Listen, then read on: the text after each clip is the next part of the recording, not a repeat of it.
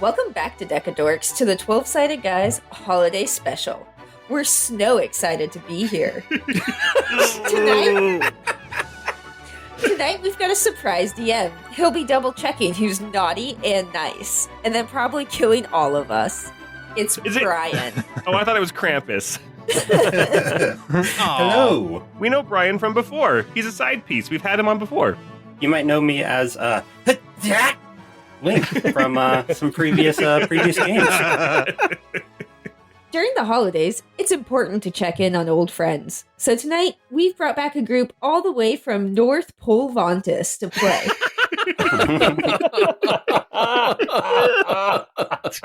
We have Matt as Tickerus. Holy crap! Jordan as Yostin. I don't remember what I had as my intro saying. Scott as Dordan. I also don't remember mine or the voice. I'll get there. And Paul playing as Bartholomew, Borat, Badonkadonk. He's Bortimus. My wife. Bartholomew. And me, playing Paul. No, playing Adressa. Not sure what to get the 12-Sided Guys this non-denominational winter season? How about some ratings, some reviews? And then don't forget yourself this season, too. You should get some access to our maps, character sheets, and outtakes on patreon.com. If you've ever used a massive amount of tables to cross a chasm and then whip out of bed for a little snooze, this podcast is for you. It's the 12-Sided Guys Holiday in Paradise.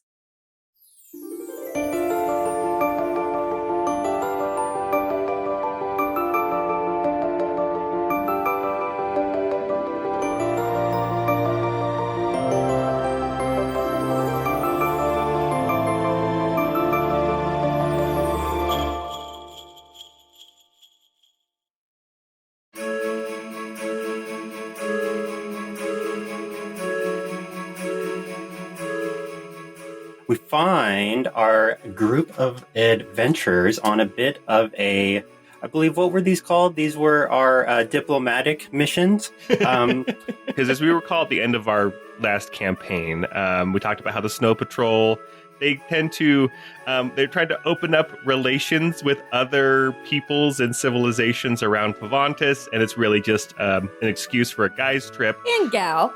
Oh yes, and Adressa. A diplomatic mission in a famous vacation destination, Dockport Beach. It's a coincidence. A tropical isle located south of what was that? North Pole? North Pavantis. So you find yourself on a very, very handsome boat traveling south.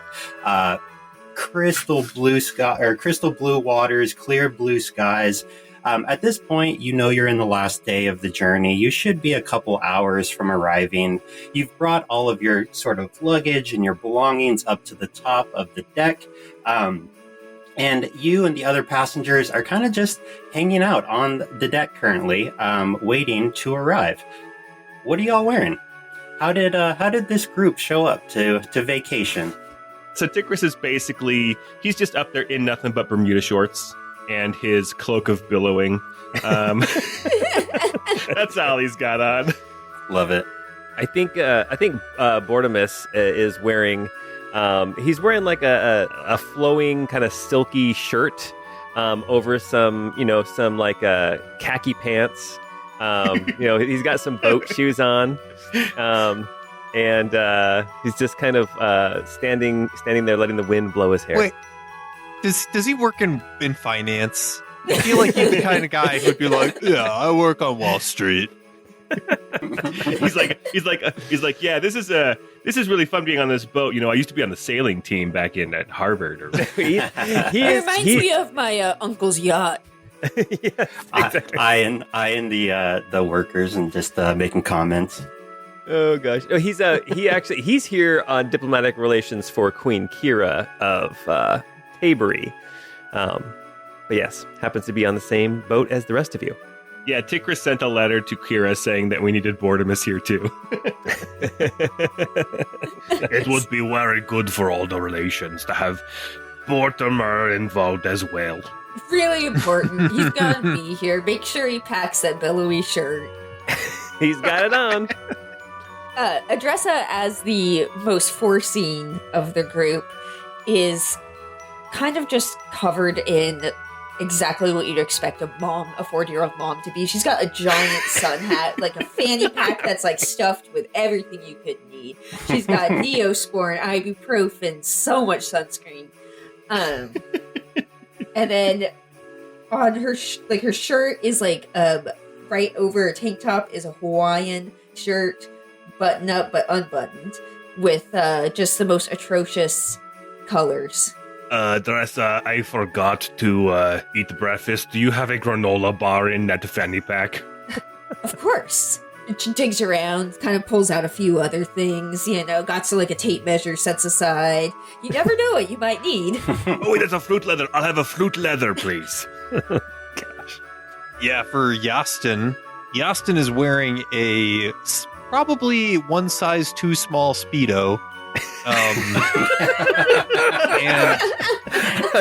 And he's tall and lanky and scrawny and has a shocking amount of curly hair all over his body. Oh, He's very pasty white too, if through the hair. He's pretty pasty white, yeah. Yeah. But from a distance you would think he looks tan because of all the hair. But that is Yastin for sure. But totally shameless too. Is maybe completely oblivious that it makes other people uncomfortable when he walks around next to them. Darden is wearing a tropical shirt with, palm trees on it. It's pretty tight, buttoned down to about mid-chest, and it hangs down low, untucked, and you're not sure if he's wearing shorts underneath or not, because you can't see anything underneath. He might be in a similar Speedo to Yastin, but just all legs. And he's oiling and putting sunscreen on his little Twitchy, the rabbit. Excuse me? What? He's doing what? He's oiling. He's oiling his Twitchy, his anvil. You can't do that on the public boat. Sorry, no, international waters. This is international waters. It's all good. I'm pretty sure anything is allowed here. Making sure that the anvil doesn't get any, ill effects from the weather. But he's also carrying a Tall Heart to Common dictionary in his pocket. That's awesome. Amazing. So as you all are kind of sitting around on the boat, again, you got about probably 15, 20 other passengers. This was not the only boat coming out here. You had a couple options. Y'all just took kind of one that was leaving later in the morning, and it took a couple days to get down. The other passengers, you notice, they're kind of dressed like you. With the exception that many of them are wearing kind of really deep V tunics. I mean, really deep, like past both nips down into the center of the chest. And as you're kind of looking, you notice stitched into the neckline of these deep V's are kind of runes, and then you notice it's sort of like it's a name, or you think you may be a name, and it says on one side quarter, and the other side it says chest. And as you're looking around, you realize a lot of these folks, some of their bags have this stitched into it. A lot of their hats have it stitched in. And they're kind of common, and they sort of look the same, throughout, all the different sort of styles, and everyone who's sort of wearing whatever this is, on their clothing. And you notice that they're kind of all huddled together, sort of tight knit. Some of them are even kind of playing some like instruments here and there, and you kind of like catch like pieces of songs. But overall, it seems like y'all might be out of the loop on something. Man, we're really out of style here. Look at those nice deep V's. Maybe it's like a church group that is on a cruise together. The quarter I chest. hadn't noticed. I don't think that I'm out of style. This seems pretty cool. As you guys are sort of talking about this, there is someone that's sort of kind of sitting on the outside of your group, leaning sort of against the railing, kind of just watching the waves as they roll by, wearing sort of like a bucket-style hat almost with quarter chest all across the front. Also wearing a very light, breezy, tropical sort of shirt that you would expect, with expecting very hot weather. No shoes and very, very short trousers. Kind of is listening to y'all, and all of a sudden just looks over y'all puzzled. But are y'all not quarter chest fans? What's quarter chest? Quarter chest, like the band. There's a band. Is that like Tedward, the spooniest bard?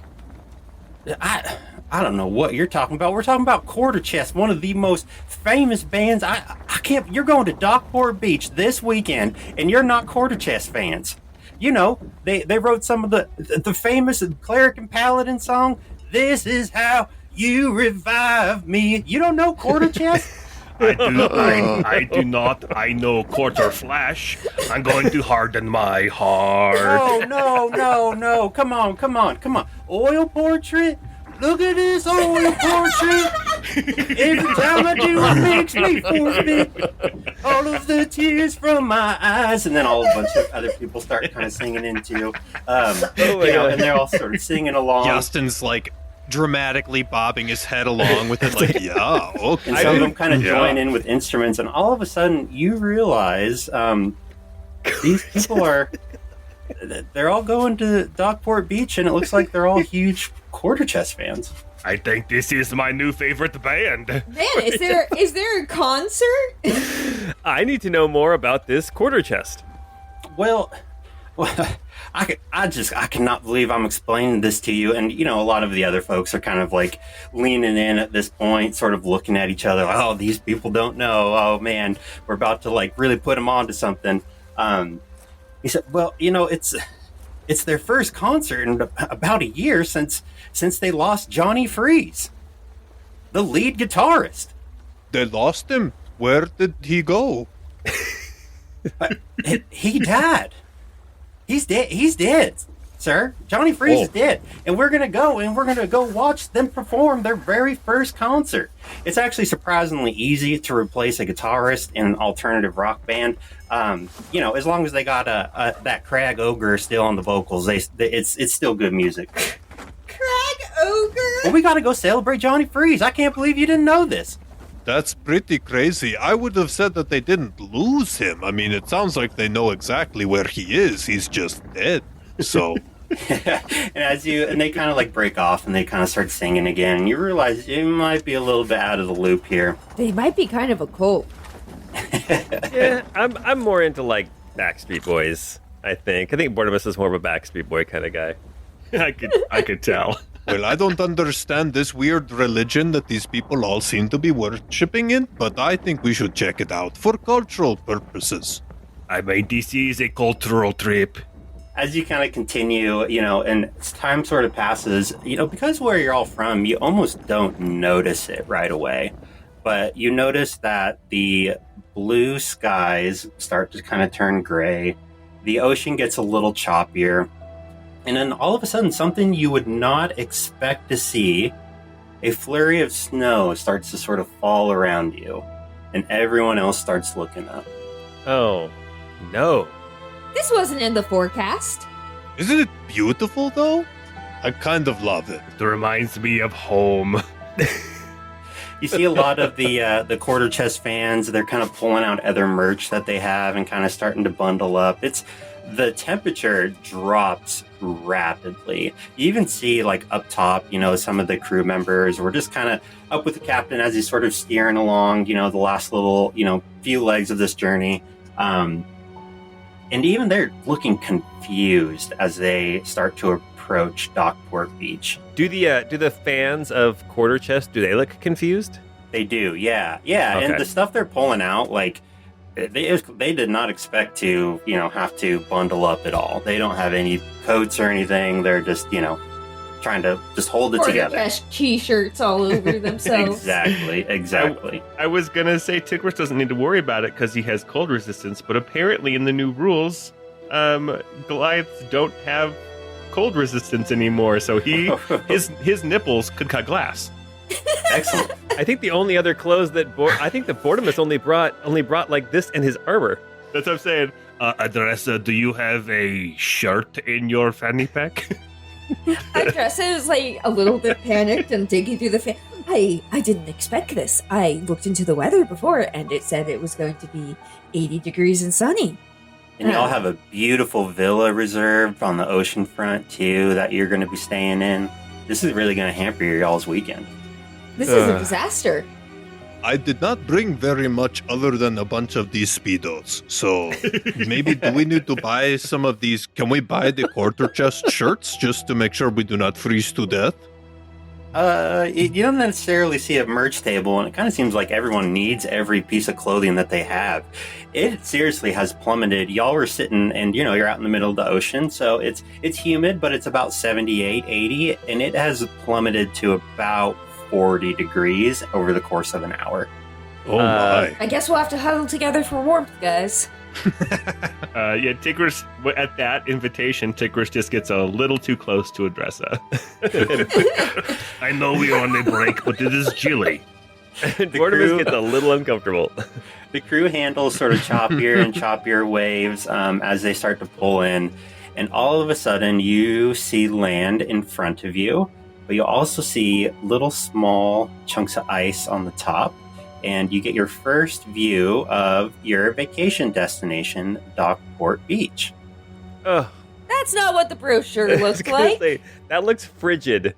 It looks like a Skyrim village. It I was is going to say, Yastin is loving this right now. easily, it is easily and like cut to your bone cold.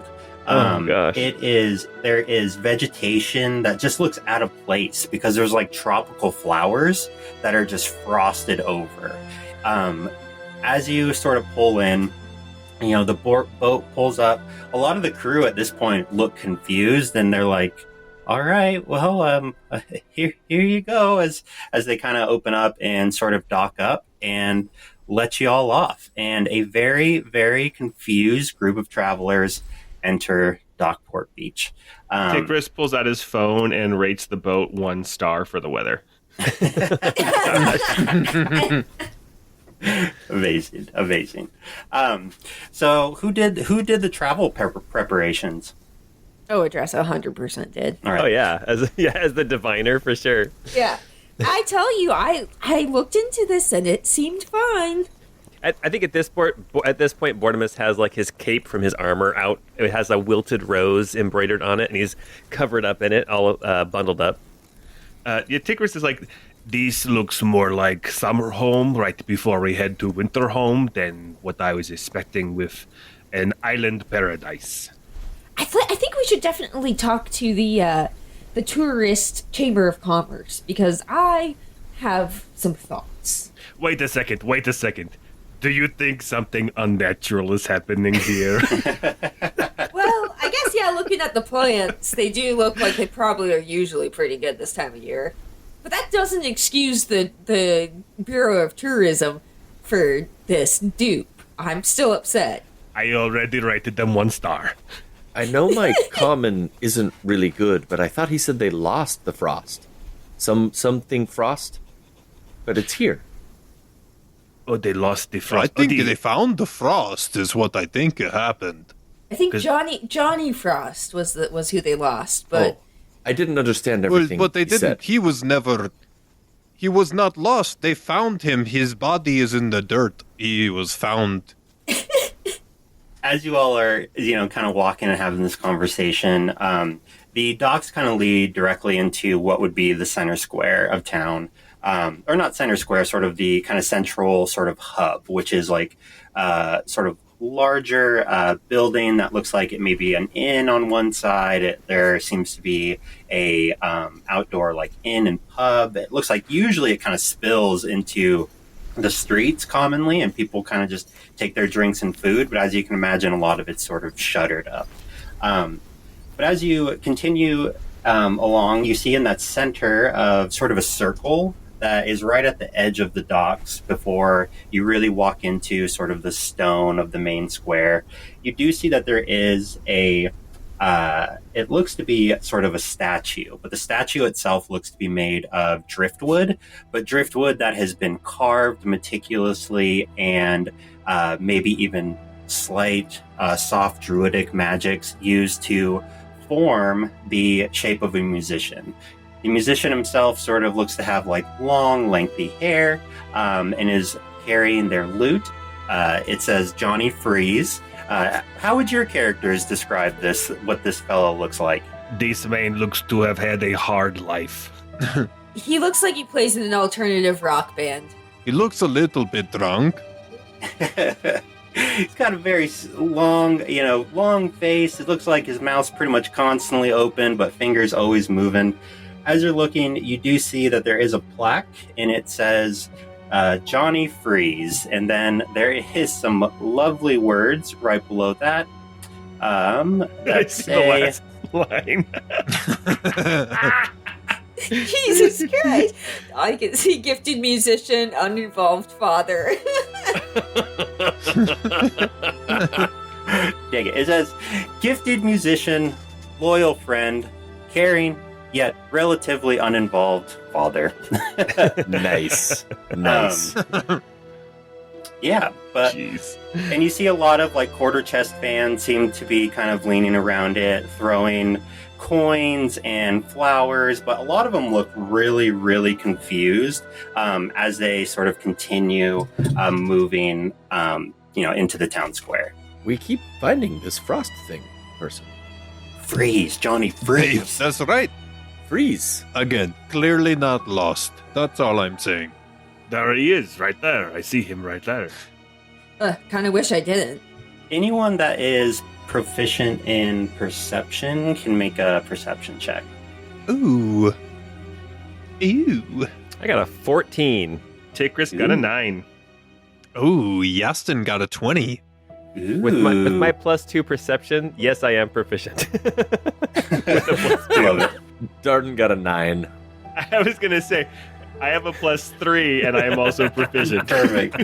All right, Yastin notices, it's kind of hard to see because, there's snow in your face, and this is not what you would expect to see. There seem to be posters that are kind of on the walls, and there even seems to be one that might have been hung up on this statue at some point. You kind of even notice that some quarter chest fans seem to be grabbing it, kind of looking confused and almost like stuffing it. But you see there is a poster and there is a sketch of what looks to be a young child, maybe like 10 or so years old. Young boy looks like, and it says missing last 2 days, Chucky Freeze. Chucky Freeze. Related? Must be related to Johnny Freeze, right? No, just Yeah, Johnny look Frost. at that. I think it is a typo. I think this is a pizza restaurant with games. Chuck E. Cheese.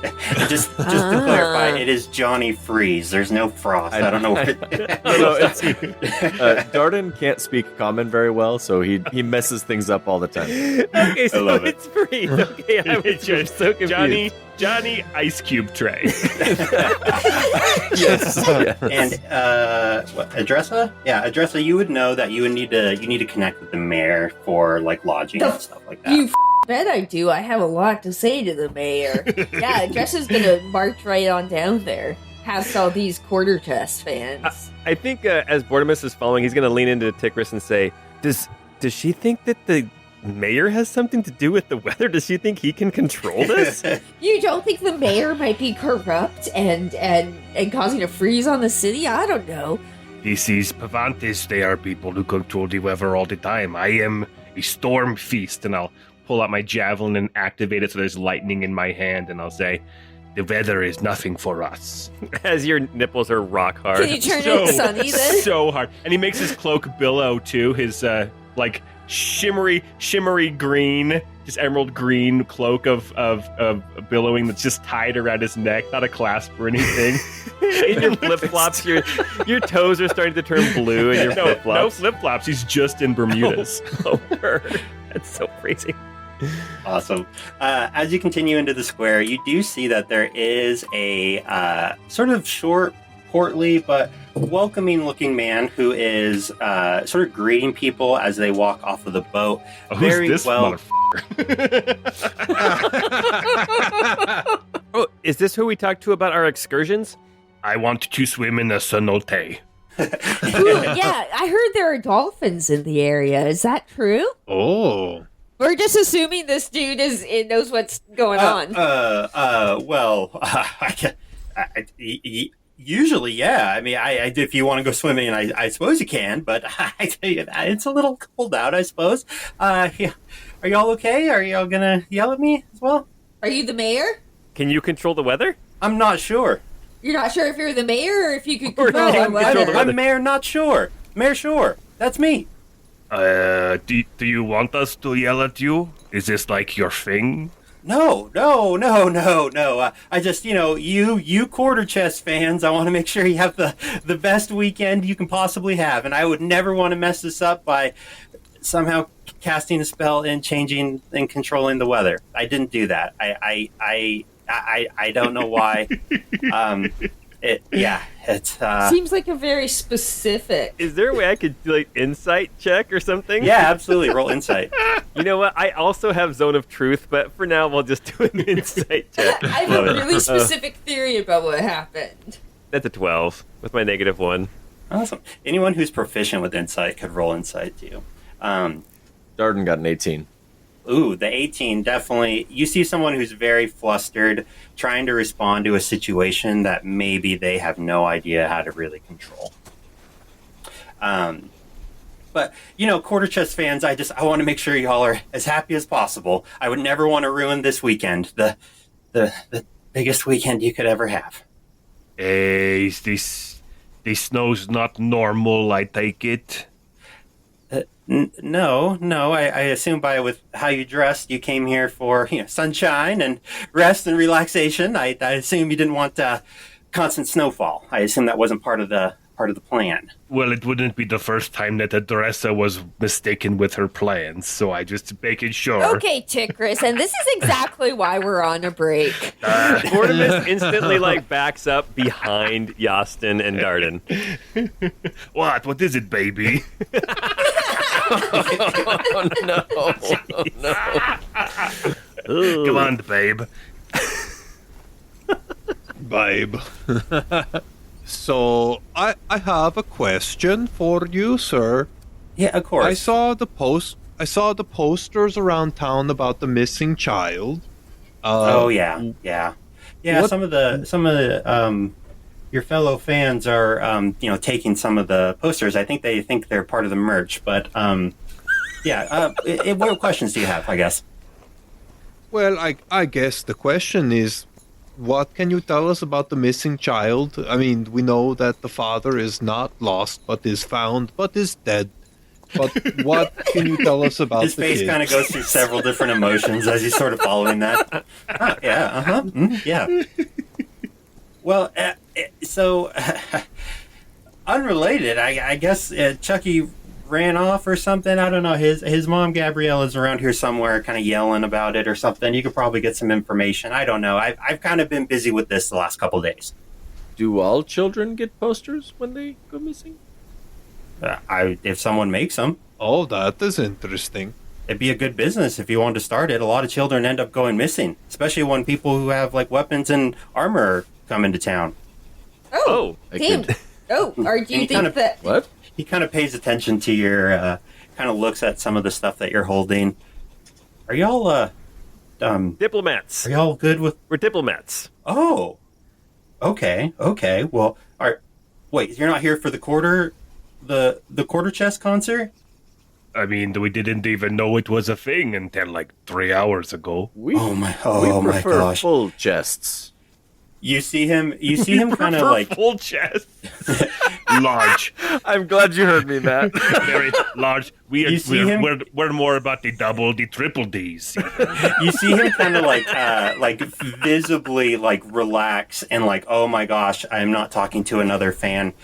Oh, you must be here to help with this situation. Oh my gosh, we need to go to my office now. Okay. Yes, I think This we did. could be a good opportunity to establish diplomatic ties, right? This is why we are here. Exactly. And I can give gold. I can give diplomatic promises. Whatever you need. Okay. I really need help with this A situation. timeshare? Do you have a bigger speedo? Those aren't legal here. The timeshares. The speedo's perfectly fine. Oh, And he drops his pants a little bit. He's wearing his speedo, pulls it back up. Hey, as we walk, Tickrus will say, "So how long has this winter storm been happening here?" Well, it started about 2 or 3 days ago. It just gets worse, kind of day by day.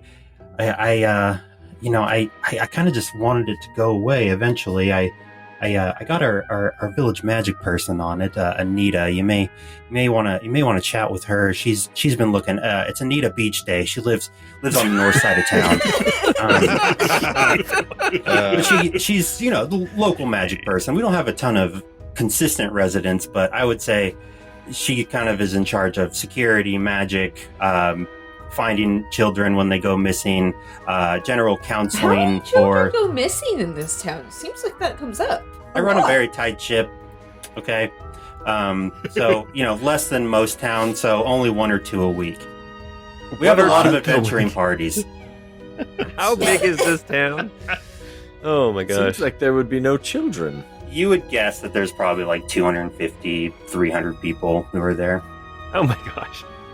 It's a D&D world. Children go missing, okay? They're not long for the world. You know They what? go That missing. is true. That is true. They go kind of like how Johnny is lost. They go missing. I see. I get you. And then we find them in our hearts. Well, I hope that Chucky is just lost and not lost but found because he is dead, right, Justin? It all makes so much sense when you say it like that. I pretty much only can talk to Anita in the evenings about it because she spent most of the days just out in the wilderness searching for Chucky. I don't know. If you want to learn more about that, you got to talk to Gabriella. That's Johnny's ex-wife. Well, former wife. I don't know what's it called when you die divorced. Well, who knows? I don't know. Anyways, that's the person who's Chucky's mom. I believe it is called a window. Oh yeah, that's it. I don't know. I've never been married. That's not really for me. Do you think we can talk to this Anita? Is she around, or do we have to wait till tonight?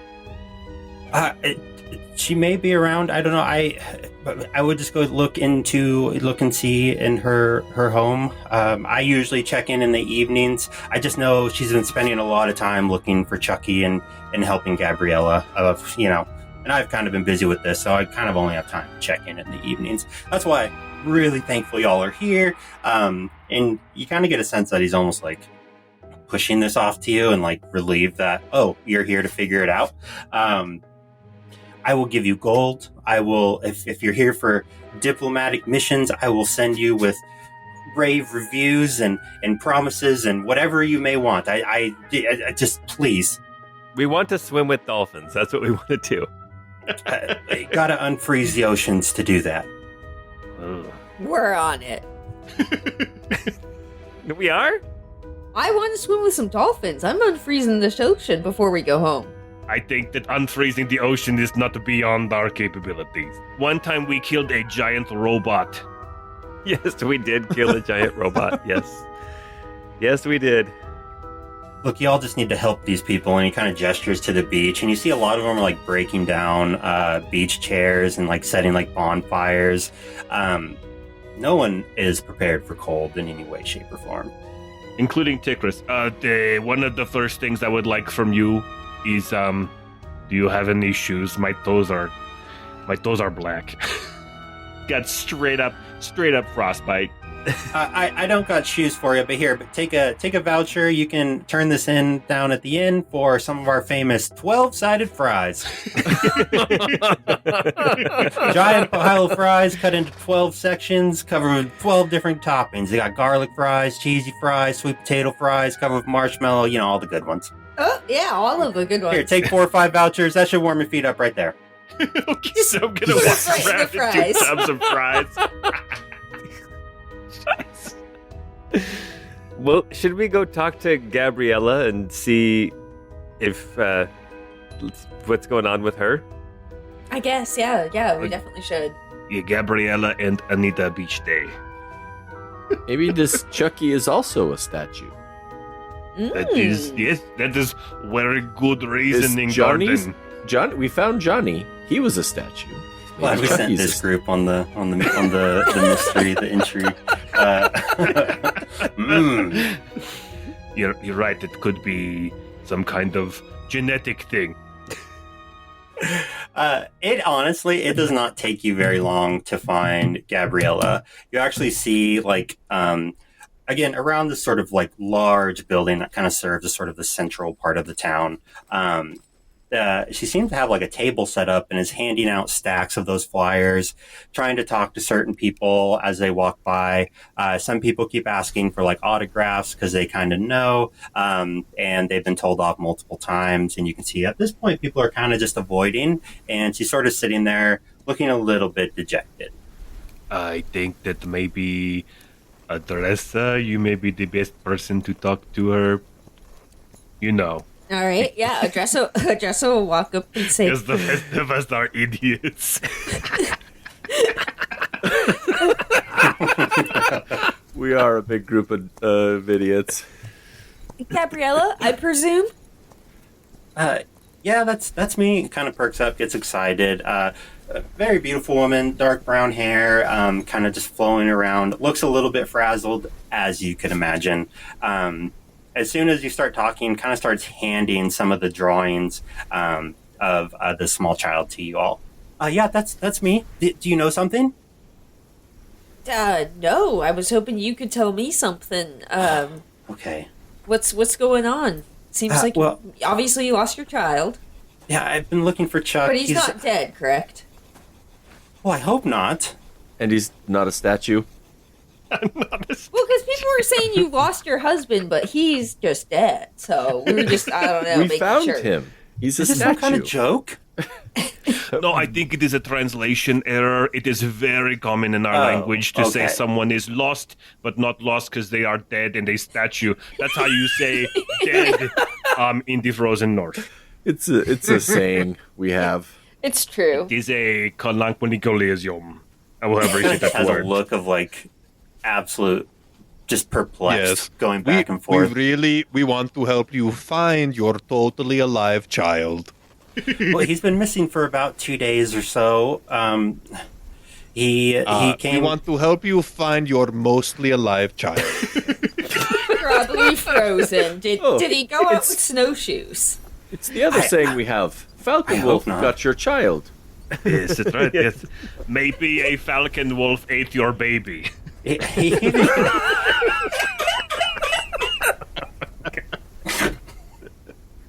he usually just hangs around the house or with his friend Tommy, or he does work with Anita in some evenings.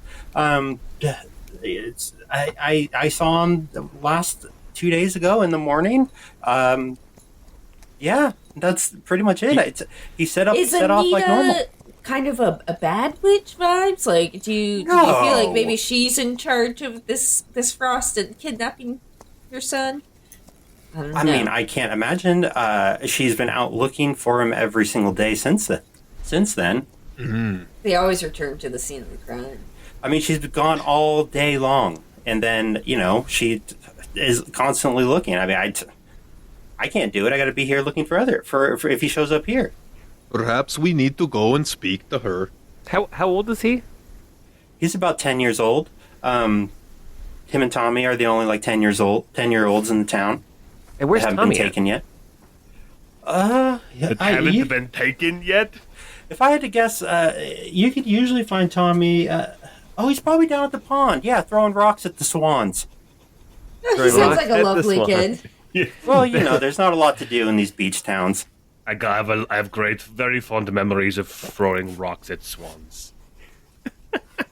The swans that he's thinking of are the razor birds. They are so full of themselves. You have to take them down the peg. I just really want to find him. He's been so down about his dad, and it kind of seemed like he was finally starting to turn a corner and getting a little bit excited. This weekend was going to be tough, and I'm worried he ran away. I'm not sure. I really thought we turned a corner. Okay. I think we gotta go talk to the witch. Okay. Okay, that's great. Thanks for coming and having a conversation with me. If you want to keep practicing, please come and speak to me. I like that. I have this idea for your posters. What if you put them on produce, like on the carrots and the things? Then when people take bites, they see the poster. And they can pretend to eat your child. That is genius. That would kind of take a little bit. I hand draw all of these. Oh, that's quite a lot of work. Yeah, and I would have to draw them the perfect size paper to fit around the produce. You're talking about a massive production. And I have bigger things to worry about. My child is missing. I was going to say, I thought you loved your child. Isn't drawing perfect size pictures for carrots? Isn't your child worth it? You know what? I've had. Oh my God. Thank you. If you have any news, please come and chat with me. And then she kind of like turns and. Thank you for wanders letting us off. practice our common with you. Yes. You're welcome. I feel like it's going so much better than I expected. I so forgot what dealing with the Snow Patrol was like. Oh my gosh. Did she say? All right, let's go get Anita. Yeah. Anita is usually spending days searching for the boy. Is that what I heard? That's what she Allegedly. said. Okay. But Tommy is overthrowing rocks at the birds at the pond, and that's the other 10-year-old who hasn't been taken yet. Yes, we should probably go congratulate him on a fantastic pastime. Yes. And also, hey, good job surviving. Apparently no other kids do here. I'm surprised the swans are still around. If the water They might be frozen in place. Look, I run a lot of one shots, and usually it's a kid getting stolen. It's just a classic. I mean, wandering away. I don't know. Oh my Right. gosh. Let's go find this pond with the swans. And I think that Ticris will have tried to fashion himself some shoes out of quarter chest posters. So he's basically just like wrapping his feet in paper. There's a huge merch table too. Like, you can kind of get whatever you want. There's just not a lot of like cold weather things. Like no one's kind of prepared for that. Ticris is like, I need a shirt, and he goes and buys a mesh tank top. that doesn't fit. Super tight crop top. Yeah, Oh exactly. my gosh. Darden is riding on Twitchy like an oversized skateboard as they're walking around. Oh, Love it. All right, where are we heading? Heading to find Tommy, right? Yeah, let's go to that pond. Yeah, the pond is not super difficult to find. It's sort of, there's really one main road in the town. You keep walking, you actually notice probably off in the distance where Anita's cottage is, just sort of looking. And you also notice that there's some like signs that say like healer this way. So you're like, that's probably what it is. And then off to the left of the trail, once you kind of walk out of the main part of the town, you do see that there's a little pond that's set up. There's sort of like a little a batch of earth that kind of grows over part of it. It looks like maybe some old roots. The pond itself, there does seem to be some streams that lead out of it, probably just from like rainfall. It's probably just like one of those ponds that forms when it rains a lot.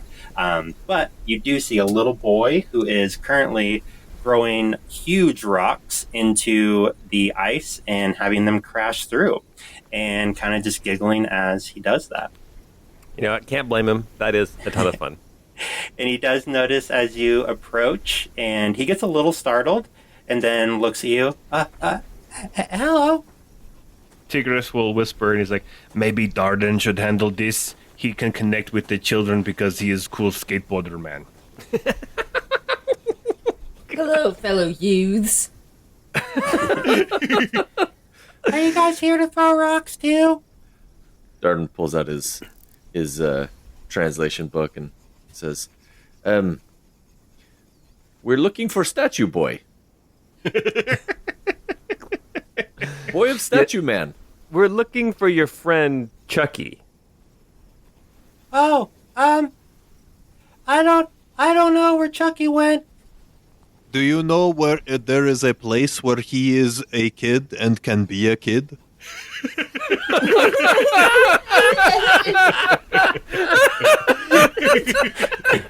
that a reference? If it is, I'm missing it. It's Chuck E. Cheese. It's the Chuck E. Freeze, Chuck E. Oh my Cheese. gosh. Okay. All right. Oh. Love it. No, I think well, I don't know where he is. Do you have any ideas? Do you have any? No. Oh, okay. I've never seen him. You've never seen him?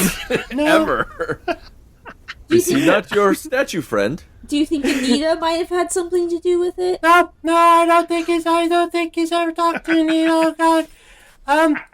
He I used gotta to go, work 'cause- with Anita. His mom told us he No. used to work with No, her. no, it's just we can't, you shouldn't be out, like this, He's kind of like dropping his rocks a little bit and sort of backing up. What's folks' think- passive perception?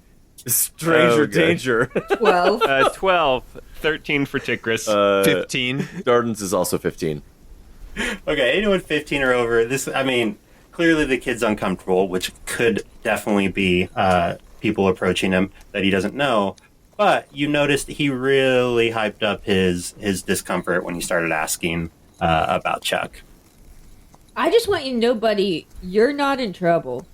We're just out But to if you help. do not answer, you will be. well, it's not about being in trouble. Well, I gotta go, okay? And he starts to kind of like run away from y'all a little bit. Dude, Tikris is gonna go chase that kid Oh down my and pick him up by the Hold on. pick little him up kid. by the back of his shirt. As you're going to try to pick him up.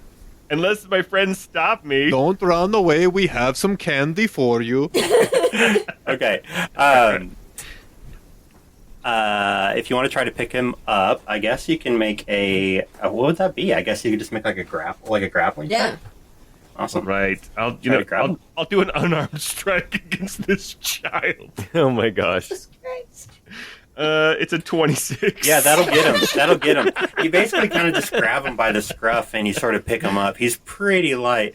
Oh, you gotta let go. We are looking for Chucky. We know he's your friend. I imagine you are afraid of us because we are big, intimidating, very handsome, and beautiful strangers. But we are the good guys. We are here on diplomatic mission. Make a persuasion check with advantage because you do have him kind of up and he's a little bit more inclined to listen to you. That's a 10 with a It's negative a 1. 10. Okay, 10. Maybe Mortimer, you help me with this. I'm pretty sure you gotta let me go, sir. You're gonna get in trouble. Tickers, we can't be the ones kidnapping kids. That's not a good look for the diplomatic mission. You should. I'm sorry, buddy. Look, you're not in trouble. It's okay. We're just here to help. And if you have something, you shouldn't keep it secret. It's really important so we can help your friend Chucky. Well, it's not really about helping him. He's gonna get what he wants, I guess. I want to get what I want too. What is it you He's want? kind of looking down at the ground as sort of like as he's talking to y'all. Looking at his shadow as his feet dangle. What is it you want, Tommy? Well, if I say that, you're probably gonna get mad. No. We promise not to get mad. You promise not to get mad. We promise not to yell. Tikris is already getting mad at the I know, thought I was of what he could be saying. He'd be Raising about him to up say, higher. The reason I can't tell you is you promise you won't get mad. I just really want Chucky's things, Oh, is Chucky and I running get to away? take all of his things if I don't say anything. So you gotta let me go. If I don't get to play with that little boat, I'm gonna freak out. You gotta let me go. And he starts kind of kicking and thrashing and yelling like much, much louder. Who told you that you got to keep his things if you didn't tell anybody? I'm not gonna tell you. Let's see. Let's make a persuade or a perception check if you are proficient in perception. Oh yeah, I am, aren't I? With my terrible perception. All right. Tikris got an 8. Yastin got a 15. Bordemus got a 13. Darden got a 17. All right, the 15 and the 17. You are noticing that there is around sort of where he has thrown rocks, there's starting to be like bubbles in the pond. And you actually see some of the ice almost kind of like lift up a little bit. Were you throwing rocks at Chucky in the middle of the water? Not quite. And as that happens, there's sort of an eruption from the ground. And the first thing you hear after some sort of form sort of shakes off ice and mud and just kind of gross earth. And there are giant blue toads that are now coming up out of the ice. And I need everyone to roll initiative. Yes!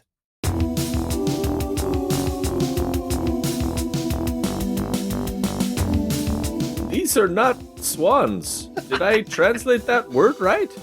So Yastin got a 4. Oh gosh. Bortimus got an 8. Tigris with a 21. Darden got a 10. I rolled a 20. Dirty. Nice. All right, closest to the shore, we have Tigris holding up Tommy as these 4 toads, who, as you're looking, are now covered and very much at home in the ice. And it looks like they have buried themselves here. And maybe it might have been the ice that woke them up finally. They kind of just emerge from the ground and immediately kind of look in your direction. Tigris, what do you do? All right, so Tigris is going to toss this kid Tommy behind him, away from the frogs. So between Tigris and looks like Twitchy. So now it's Tigris, Tommy, then Twitchy. And I will produce my halberd, and I will enter a rage. All right, I did forget at the very start of your turn, as soon as this toad popped up out of the ground, it's almost like its skin opened up and bursts of ice, frigid cold air, and chunks of mud and ice are being shot out. Both you and Tommy both take 5 points of cold damage. Wait, does Tommy survive that? He does, yeah. Okay. I made him a touch hardier. Yeah. Okay. But yeah, so now he should be move him. Now he's behind me now. Right there. And then I'm going to draw my my halberd, and I'll enter a rage, and I'm going to take some strikes against this closest frog to me. Okay, so my first attack will be a 22 to hit. That will hit, yeah. Okay, so that is 11 damage plus 3 Great Weapon Master. So that's a total of total of 14 slashing damage. Okay, perfect. Yeah, so you walk up and you just smack this thing. They're not exactly difficult to hit. They're kind of just sitting there blinking their eyes looking at you. Okay, and I believe, I'm trying to remember. And because I am a berserker now, I get to add additional damage. Oh, I need to do a reckless attack for it. Never mind. Okay, so my next attack will be a reckless attack. A dirty 20 to hit. That'll hit, yeah.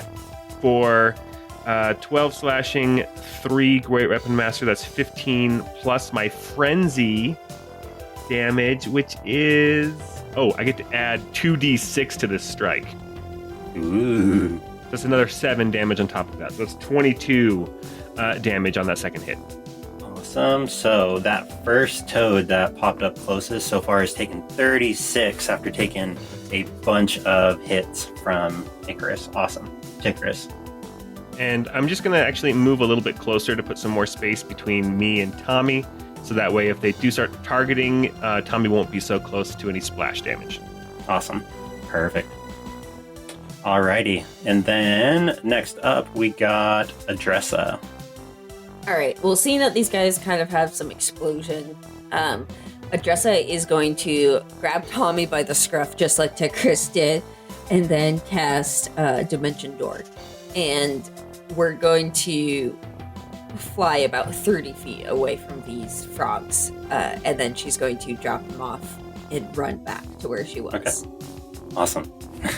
Just kind of bamf out and then just hustling back up. Exactly. Well, I wanted to make sure she wasn't going to get exploded on. Alrighty, so our toad down here, sort of farthest away from the group, immediately leaps. They have a standing leap of 20 feet at any point. So we can get pretty close to everybody here. and looks at Bortimus and is going to make a bite attack. Okay. It gets a +5 to this roll. Okay. My AC is 20. And it rolled a 14, so that is going to miss, and that is its turn. The other toad, which toad is this? That was closest that Ticris had been attacking, is going to attack Ticris, and again gets a +5. With advantage because I did a reckless attack. Thank goodness, because that one was 11, and that's a 13. I don't think that hits. Nope, my AC is 15. Awesome. Oh, Okay. that's 18, isn't it? Isn't Oh, it's that an 18. If you add the 5 on, it's 18. Oh yeah, it is 18. All right, so it is going to hit you. It is going to do. Teacher, I think that one hits him. I think we did have homework, teacher. It is going to do 4 + 3 piercing damage, and you are grappled in this thing's mouth. Okay. So you all look over, and you see Ticris is just hanging out of this thing's mouth at this point. So was it all piercing damage or 4 cold, 3 piercing? No, was it? it's all piercing. Okay, so I'll take half damage then, 3 damage, but I am grappled. Okay. Perfect. Awesome. And you are grappled, and then that brings up Doradon. Darden. Yeah, Darden or Dorden. I think we've called him both. His name changed at some point and then tried to change back, and I don't remember which one was original anymore. So Dorden will run up to the toad not eating his friend, and he's gonna make. Oh, you his do take 5 points of cold damage off the top. All right, and he's gonna take some attacks with his Forge Keeper's Hammer. Perfect. The first one is a 19 to hit, That will hit. and he's doing it single-handed, so for 12 bludgeoning damage. The second one is nat 1, so that'll miss. And Did then you have a he's- weapon mastery on that? Or do you not get weapon? You don't get weapon mastery. Nope, never this mind. is the old school because he's an artificer. And then he's gonna point Twitchy at the toad as well, and Twitchy's gonna take his attack for a 14 to hit, Okay. That just hits. Yep. dealing 8 force damage. So total 20 damage between both of us. And Perfect. All right. That'll be my turn. So you step up and just pummel it a few times. Awesome. And then, all right, so some of our toads that are a little bit farther away are going to take their turn. First thing they're going to do is leap into the group, and it is going to attack this little robot here. And that is going to be a 21 to hit. Yes, that will hit. Twitchy's AC is 15. Wow, going after the little guy. Awesome. And then it is going to take... going to take 9 points of piercing damage, and Twitchy is hanging out of this thing's mouth. All right. That is its turn. And then the other toad is also going to leap in and is going to attack Ticris. I have Polearm Master, so I'm going to take my reaction to attack him as he approaches. Oh, actually, you're restrained, aren't you? Aren't you grappled? Yeah, you're in the Oh, mouth. I'm grappled, Oh, or yeah. am I grappled or restrained? Which one? You're restrained. Okay, I can still take attacks, but with disadvantage. But if I Okay. do a reckless, Okay, cool. 18. That hits. All right, and so that will be only 13 damage because I don't add my Great Weapon Master on reactions, only on attack action. Awesome. All right, so Ticris with his head and a shoulder and arm fully in the mouth of a toad just blindly swings out and clubs this thing on the head. Nice. It is not going to attack someone who is already being grappled, so it's going to keep moving past Ticris and Oh, it's not attack. gonna fight its friend to eat me. It's not, no. They're a little more communal than that. And it is going to take a bite at Adressa. And that's going to be a 23 to hit. Yeah, that'll do it. All right, cool. Adressa is wearing her summer gear still. Her AC's 11. Awesome. Goodness. And that'll do 9 piercing damage, and you are also restrained. Ah, Mortimer, Autonomy. This frog right in front of me, has it been hurt yet? This is the one I was hitting. Yeah, it took hit from Darden and Twitchy. Okay, I'm going to take an attack action, and I'm going to Divine Smite this guy. Ooh. So the first swing is going to be a 12 to hit. Okay, that will miss. Oh gosh, dang it. Okay, The How next did you miss? He was right in front of you. Kind of, yeah, you hit and you realize you just hit a massive chunk of ice that's just built up on this thing's back, and sort of it breaks off. You can now kind of see its skin underneath. Okay, well, let's Divine Smite this time. I rolled a 17 to hit with my longsword. That'll hit. It's going to be 12 slashing, and then as far as Divine Smiting, it is going to be 12 radiant damage. Oh my goodness, okay. So total, that ends up being 24. 24.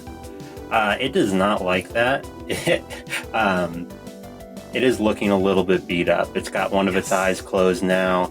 It doesn't look like he's feeling great. Awesome. I can't wait till these frogs croak. Oh, and you did take 5 points. You did take 5 points of cold damage off the top. Sorry. Oh, Okay, man. 5 points of cold damage. Can I use Hellish Rebuke on that damage? On an aura damage? Sure, why not? Sure, let's do it. Hellish Rebuke. Ba-bam. That's 2d10 fire damage. That's going to be 10 more fire damage to that guy. Okay. He gets looks to like save. He gets a Dex 14 save, though. a Dex 14 save. Okay. Bartimus, you are so funny. We should see if there's any open mics here in town. Okay. All right, that did not land. This guy, he has taken I think from me, 34. 34. Okay. So he just took an additional 10. Yes. Okay, he is on his And it was absolute fire. last leg. It was fire damage in case that matters. No, not for this guy. Oh, okay. Okay. Okay, and then we go from there to Yalston. Okay, time to shoot at these bad guys. Yalston, you do take 5 points of cold damage right from the top from being in their aura. Boo. So of these toads that have been getting smacked, which of these seems to be in the worst shape? This one looks like he barely holding it together. Doesn't really So the want one to be on there the anymore. South side, kind of the one next to Bortemius, Yep. Okay, Exactly. got it. So Yastin, seeing that one is not looking so great, he is going to pull out his bow and with a flash of his archery bracers, a hunter's mark kind of shows up as like this ethereal target in the air in front of that thing as he marks it. And he's going to make some attacks with his bow. So the first one is a 13 to hit. That just misses. There's a tiny piece of ice still on its head, and you click that piece off. Good job. You've removed the ice, Yastin. I meant to do that. That was a very small And then- piece of ice. 19 to hit for the next The 19 one. will Okay, hit. Perfect. So this will do 8 piercing plus 1 Colossus plus my Hunter's Mark D6, which is an extra 5. Awesome. So this very sad looking toad with a burnt out eye just goes, looks up and just thunk as the arrow hits it right in the head and it dies. Yay! It took You an did arrow it. to the knee. Love it. All right. And then back at the top, Tikris, you are, In a mouth. yes, you are restrained currently. Does he take 5 damage? He does. He does take 5 cold damage off the top. Boo. Okay. So Tikris is going to again do his reckless attacks. So that makes it an even roll. Mm-hmm. His first attack is a nat 20. Ooh, okay. Okay. That's my man! I thought you were on a break. Okay. So Yeah, but did you that's see that swing? so that's So I don't have a chance with him right now? not impressive for the crit damage so far, but that's a total of 12 damage, all said. And then on top of that, I have my frenzy damage. So let me roll another additional 4d6 for that damage. So that's another 13. So that is a total of 25 damage on that first attack. On the first one, okay. Uh-huh. Excellent. And my second attack, again, attacking the one that is currently eating me. Mhm. is an 18 to hit, and this one will be a total of 15 damage. And then I have a bonus action if it's still alive. Is it still alive?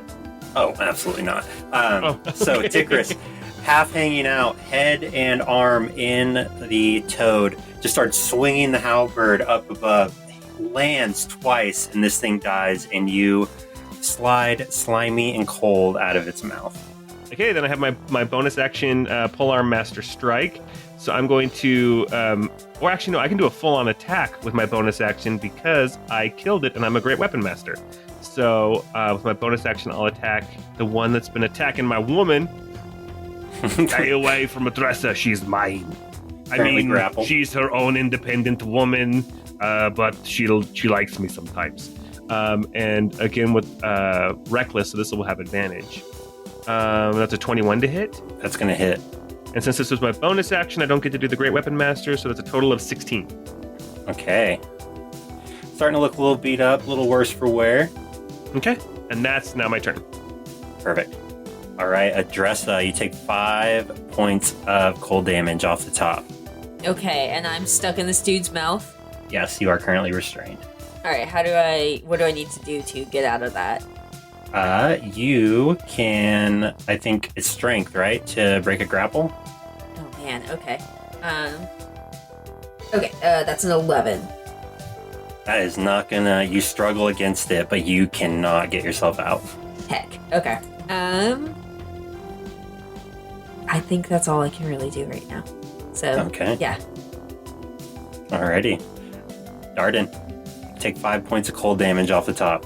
Okay, Darden is going to look between Twitchy and Adressa, and he's going to start attacking the one that is eating his friend, not his creation. And he'll take... I was like, oh, is that Twitchy? Oh. Yeah. Like me, Twitchy. No, Twitchy will be fine. He's an amble. So his first attack is a 13. That'll miss, dang. Yeah, that'll just miss. The second Breaks off a attack... huge chunk piece of ice. Second attack is a 19, and That that'll will do hit. 8 bludgeoning damage. Then he's going to direct Twitchy to attack the one that is eating it. Okay. So Twitchy will take an attack. Now, is he restrained or grappled? He is restrained. Okay. So he'll have disadvantage on this. An 18 to hit from Twitchy That'll hit. for 4 force damage against the one that's Ooh. eating him. All Twitch right. is doing better than me. Pokes him in the eye. That will be Love my it. turn. Okay. All right. So the one that has Twitchy in his mouth makes a huge gulping motion. No! Nice. Not Twitchy, no! We can't lose you again, Twitchy. And is going to roll a nat 1. Oh, gosh. Twitchy kind of has a little bit of a spark and kind of electrocutes it and manages to stay currently still just in its mouth restrained. Nice. All right. He's pretty heavy. He is an anvil. Yeah, exactly, right? Yeah, probably doesn't want to. And then the one that has Adressa, same thing. Gulping motion. Can't No. gulp me. It's No. the 16 hit. Yeah, 16 will hit my 11. Oh no! Okay. Oh Adressa completely disappears. And you take No. No, she has my chapstick. you take 9 points of piercing damage. You're currently swallowed. Okay, I'm gonna use my endurance to lower that slightly. Okay. So that is going to be lowered by 7. You are blinded. You're restrained, but you do have total cover against any attacks against you. Oh, nice, good. Yeah. And this toad looks very fat and happy. Once that happens, he starts hopping away. Slowly. He's just gonna take me! Can I get to take an attack of opportunity as he? As do I, yeah. Absolutely. Oh, that's a 12 to hit. That'll miss. And Tikris rolled a 22. That'll hit. for only 7 damage, though. Okay. It's looking pretty. It looks like it wants to escape for more than just having a good snack. Bortimus. Oh my gosh. How does the frog that's getting away, how does it look? Is it like in rough shape? Definitely limping. One of his eyes is closed. He's been beat up a little bit. Okay. Well, I've got this other one that is right here in my face. So I'm gonna go after the one that's right here next to me, the one that has twitchy, and we're gonna swing twice and see what we can do. First attack is gonna be a 17 for 12 slashing damage. Oh, also I forgot he's got sap with his longsword, so this creature's next attack will be at disadvantage. And then we're going to swing again, and this time it was a 23 to hit for 14 damage. Oh my goodness, okay. Starting to look a little bit beat up. Definitely not as bad as the other one. Just a second. I don't know how I'm dealing 14 damage. Give me a second. With your longsword? With my longsword. You did 1d8, you rolled a 7, and you add 7 to your damage. How am I adding you have 7? Dueling. Oh. You have dueling. Oh, I do have dueling. That's why I'm like, why am I hitting so hard? It's because I have dueling. Yes. Very good. Okay. Excellent. Awesome. It is noticeably more beat up. Yostin. Yeah. Oh, sorry. Bortimus, Yeah. you also took 5 points of cold damage at the top. I keep forgetting. Yostin, you took the same. Okie dokie. No, I don't like that. But okay. Yastin you'll see like his bracers flash and the mark of the hunter shows up on the one that's carrying away Adressa. And he's going to rocket a couple of arrows at that one. First one is a 17 to hit. That'll hit. For 7 piercing and 1 Colossus Slayer, so 8 damage plus my Hunter's Mark of another 5, so 13 damage. And then a second arrow launches out. Yeah, it's a nat 1 for a 9 to hit. That'll miss. And that's it. That's all he's got. He's a one-trick pony, this guy. All right, Tikris. All right, well, Tikris is definitely going after the frog that has Adressa. He's moving 15 feet up to that frog. Do I take damage when I get close to it? You do not know. Okay. You're kind of aware of it now at this point. Great. Okay. And then I'm going to take a couple reckless attacks. First attack is a 15 to hit. That'll hit. Okay, so that's a total of 15 damage. Awesome. You cleave the top of this thing. And knowing that your friend is there, you kind of try to go a little bit off to the side, and you're able to just hack off, essentially, a leg. And this thing falls dead. Adressa, you feel the restraint that was on you, the acid that was about to settle in, kind of release, and you're able to climb out of the front of this thing. Oh, yum. Before he got into the water. Awesome. All right, and then I will, for the rest of my turn, I'll basically help Adressa out. Awesome. So, Adressa, you're able to completely get stood up and everything at this point. If you're not prone or anything at the start of your turn. Tikris starts like brushing the acid off of you, and then he starts to get a little fresh, and then you slap him, and then he's like, It's not the time. Adressa, it is your turn. Okay, well, I didn't expect to be out Covered at in this slime, point. it's cold, you're in your vacation gear, this is not how this is supposed to go. What are you doing?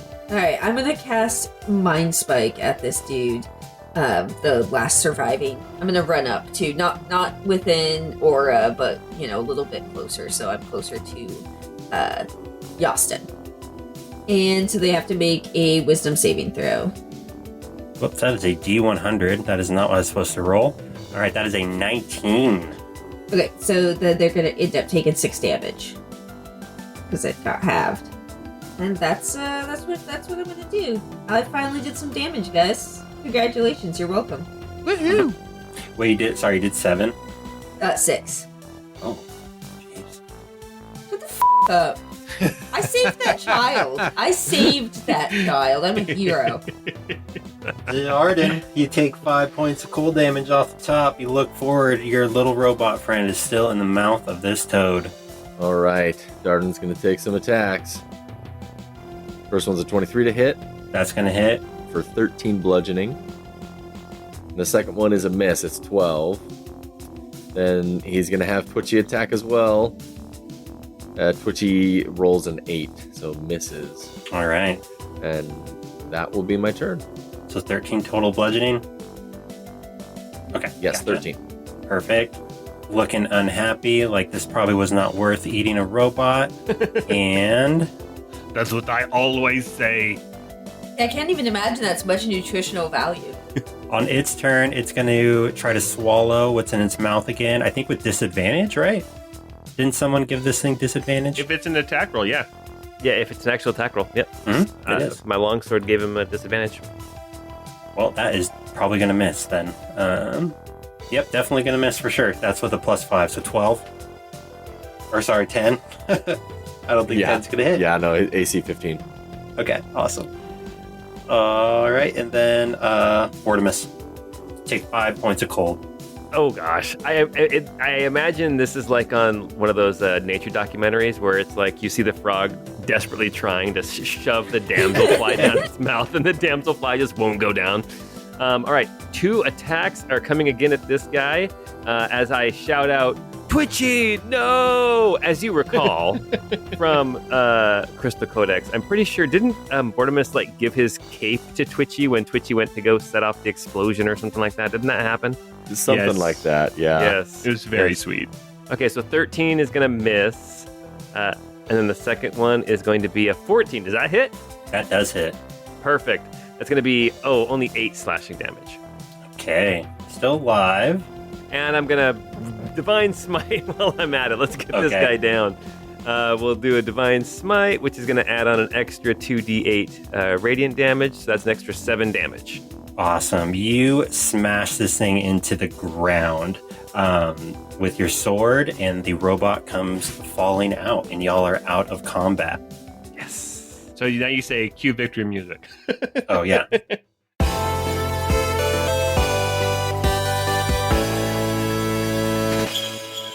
And the snow goes away. I'm just kidding. Okay. As you start to collect yourself, you look and you realize that Tommy has ran off. Bortimus doesn't care. He is wiping Twitchy off with his cape and just like snuggling him, like, "We can't lose you again. We won't lose you again." Not recognizing that this is not the same Twitchy that we actually were fighting with way back in the statue of Aramil. Also, Adressa is standing there, like, who actually got swallowed. And Adressa is going to go unzip her fanny pack and dig through there and pull out a slight glowing mage armor and put that on, because okay. that should have happened. So Gotcha. she's going to be slightly better. Tigris comes up to Adressa, and he's kind of helping her get cleaned off a little bit, and he says, "Hey, that kid Tommy, he was a total piece of right? Not like the kid that we will eventually have, strapping young storm-fist babies." It's like with the fresh snow, you can see pretty clearly where Tommy ran off to, if you wanted to follow. Did he run back towards the village, or did he go into the forest? He ran towards Anita's. RUNNOFT. He's going towards it. I think we gotta go talk to Anita. I think this Mrs. Beach Day might be some trouble. Sounds like Tommy had made some kind of deal to get Chucky's things. All right, what do y'all want to do? Let's go to Anita's. Okay. Bortimus is going to do Find Steed real quick and is going to summon a Beekaboo. Oh, Okay. nice. Oh, hell yeah. I love it. Just keep one of these frogs on here to represent the peekaboo. It's a riding penguin. Do you think we can find Anita? They say she's out searching for Chucky all the time. Yeah, so y'all head over. Again, it's kind of just off that main path, so you kind of head back to that main path that heads north up out of the town. And you kind of follow the trail that seems to point to Anita. go ahead and make as you kind of approach, it's a very small, humble shack. There are appears to be like gardens that are out that are obviously struggling because they're covered in frost and ice. It looks like there's a little bit of smoke maybe coming from the chimney, but it's kind of hard to tell. Go ahead and make a perception check just as you walk up. Bordemus got a 16. Darden got an 18. Yastin got a 10. Tickrus got a 15. 15 and over will do it. You do notice that, again, you guys are kind of just following Tommy's trail. You do notice that his path seems to end at a window. But as you look at the hut itself, it seems to be almost dark inside. Let's start Dress is going to run up and walk up and start pounding on that door. Tickrus is going to attempt to squeeze through this tiny window. Yeah, Bordemus is going to follow over to the window. Gotcha. Okay. So the window itself does appear to be kind of like closed at this point. It looks like it's just one of those classic windows that kind of just slides up. Do you want to try to open it? Darden throws a rock through the window. So you hear a loud smash as this flies through the window, and someone is pounding on the front door, and all of a sudden you hear, "They're here! They're here! They're!" Diplomatic And almost like missions. it's cut off. Oh, God. Okay, Bordemus goes in through the window. Give me a boost. I was going to say really quick too. Tickrus has been maintaining his rage with his bonus action during this time. I can do it for up to 10 minutes, I think. Nice. Okay. As they're going through the window, Darden also pats Tickrus on the shoulder and says, big flex. And Tickrus becomes large. Oh, and then I try to squeeze through the window. Love it. Alrighty. It's definitely cutting myself on broken glass. So, as you all go through, and we'll say, Dressa, you're able to kick down the door as well. And y'all kind of smash into this sort of small hut that's pretty humble. There are herbs and other kinds of things sort of hanging from the rafters, even like small game, it looks like. This person seems to be very self-sufficient. There are other rooms that kind of break off. And you also see a small table where it looks like most likely this person treats the townsfolk. You know, your standard sort of healer, magic person that every town has that you can find in any fantasy world. But you see in the corner, there is a younger woman with sort of sandy brown hair, and you see that she has her hand on the top of Tommy's head, and they are both kind of just looking at you. Can I help you? Mind you, Tickrus looks like the Incredible Hulk at this point. Just seething, just maintaining his rage, and he's twice the size he used to be. Oh, gosh. We're here on a diplomatic mission. With rocks through the window. We knocked on the door as well. You scared the small child. We saved the small child. This small child is telling lies. This small child knows something about Chucky. We're looking for the statue child boy. Look, the same thing I told Gabby. I have been looking nonstop. I am telling you, I don't know. I am keeping working for it. Are you a new team that she's sending out? What is going on? We're telling you, this boy knows something. Oh, this boy just lies all the time. He says he will get Chucky's things if he doesn't say what he knows about Chucky. I don't know where he would have gotten something like that. That's ridiculous. I'm going to do something that we've never done in any of our campaigns. I'm going to cast Zone of Truth. Okay. Bloop. Oh, man. They need to make a Charisma 14 save. Otherwise, they cannot speak a lie. They don't have to speak, but they can't speak a lie. Oh, also, it's a sphere, so we're all kind of in it, because this is a pretty small room. Well, I'm not ready to lie, so it's all good. This is a +0. No!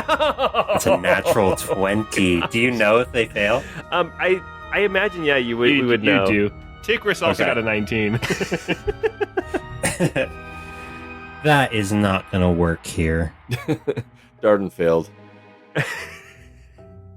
Yastin got an 18. Let's go. Okay. Oh my gosh. Odressa got 9, so. Listen, I already have to deal with those relentless menaces, those stupid quarter chest fans. I don't see y'all in any of their gear, so I assume you're not fans. What are you doing? Correction, Tikris is wearing a mesh tank top with their logo on it that's way too small. I'm pretty sure. Oh, yeah. I'm pretty sure it tore off you when you got big. That's right. It's just the pants that don't rip. Oh, man. Anyone who is, well, I guess, how do you want to take this on? Bartholomeus, I have lots of Twitchies in my house. That is good to know. This is not the Twitchy from before. It's not. No, you said we have to be honest, so I'm being honest. Too honest. Listen, again, what I told Gabriella. I have been looking every single day, all day. I haven't found anything. I don't know. I don't know what you want. What she wants from And me. you, Tommy, what do you know? Wait, did Tommy make the save? Oh, Tommy does have to make the save, huh? Oh, you made Is it. 14 pass? Oh my gosh! Exactly. All right, Little brat. Tommy just. I'd like to tell stories. See, he likes to talk. Can we try to get a read on this lady? Is she being dodgy? Yeah, roll insight. Darden got a 17. Tikris coming in strong with a 7. Yastin got an 11. Yeah, Portimus got an 11 as well. All right. Darden, something's not right, obviously. I mean, y'all were pretty... I mean, you're pretty aware of what was going on, or that something was going on. It's not working, right? You see, you're kind of looking sort of like out windows and things like that. Does not appear to be telling the truth in any way, shape, or form. And if you're proficient in perception, go ahead and How roll big that. is this island, too? How far can you wander? How many days can you search? You could probably get all the way from one side to the other in about 3 days. Darden also got a 17 perception. Bortimus got a 9 perception. Tikris got a 21 perception. Okay. So with the 21, as you're looking around and kind of remembering that this person should have been searching constantly, there's some things that don't quite add up. First off, in the room itself, the fire itself appears to have been used multiple times. There are in the ashtrays multiple kind of dashed out cigarette pieces, etc.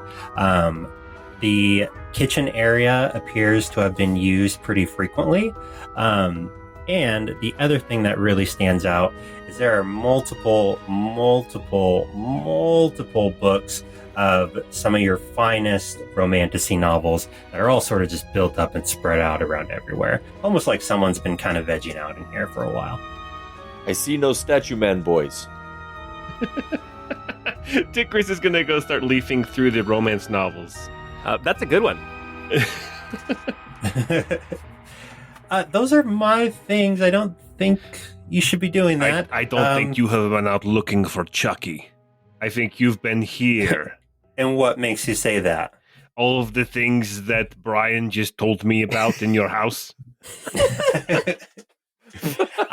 Her nose starts to bleed.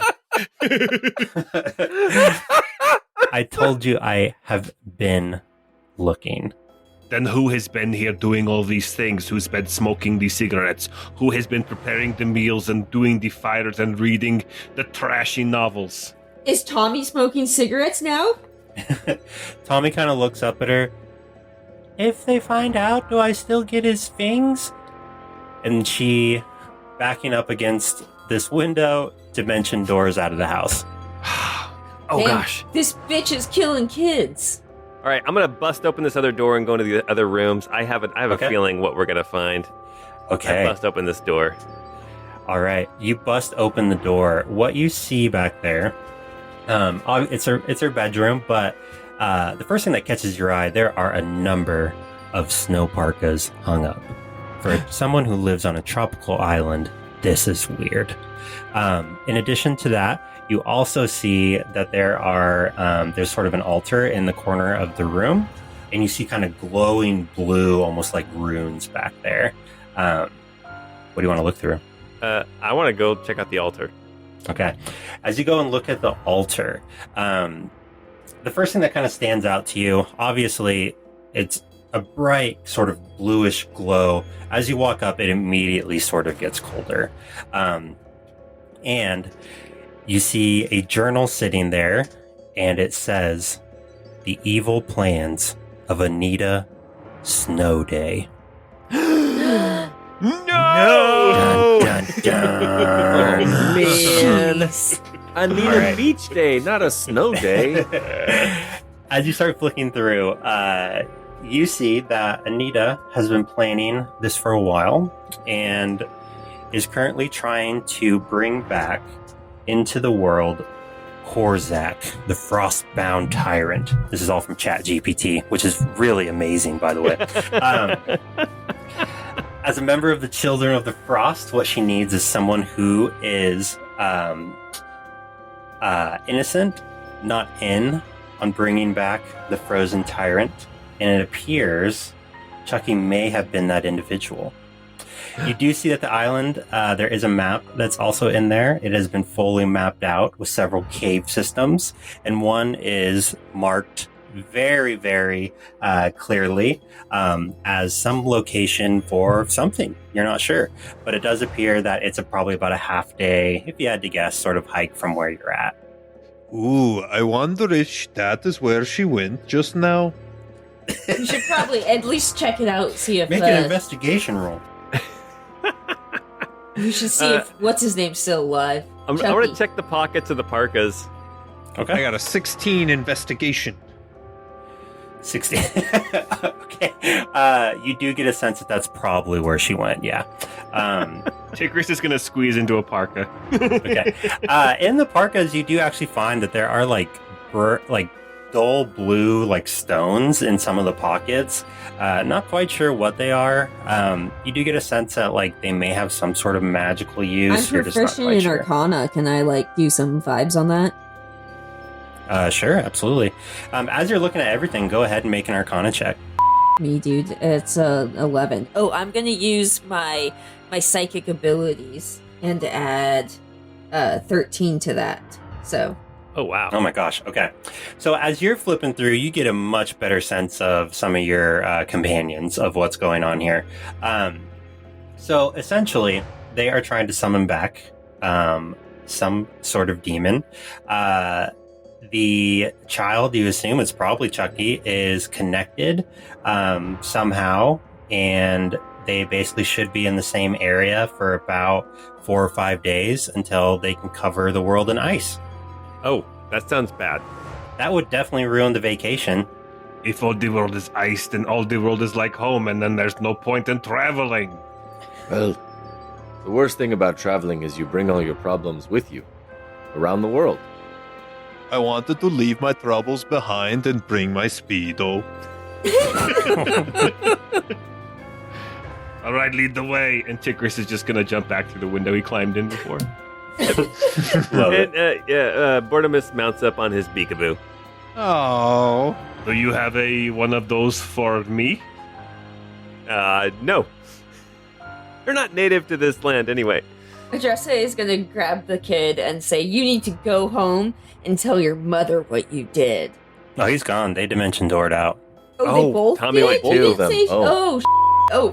okay. Yeah, they're both gone. All right. Well, then let's go. She might sacrifice the other one too. Okay. Y'all want to try to find what's on the map?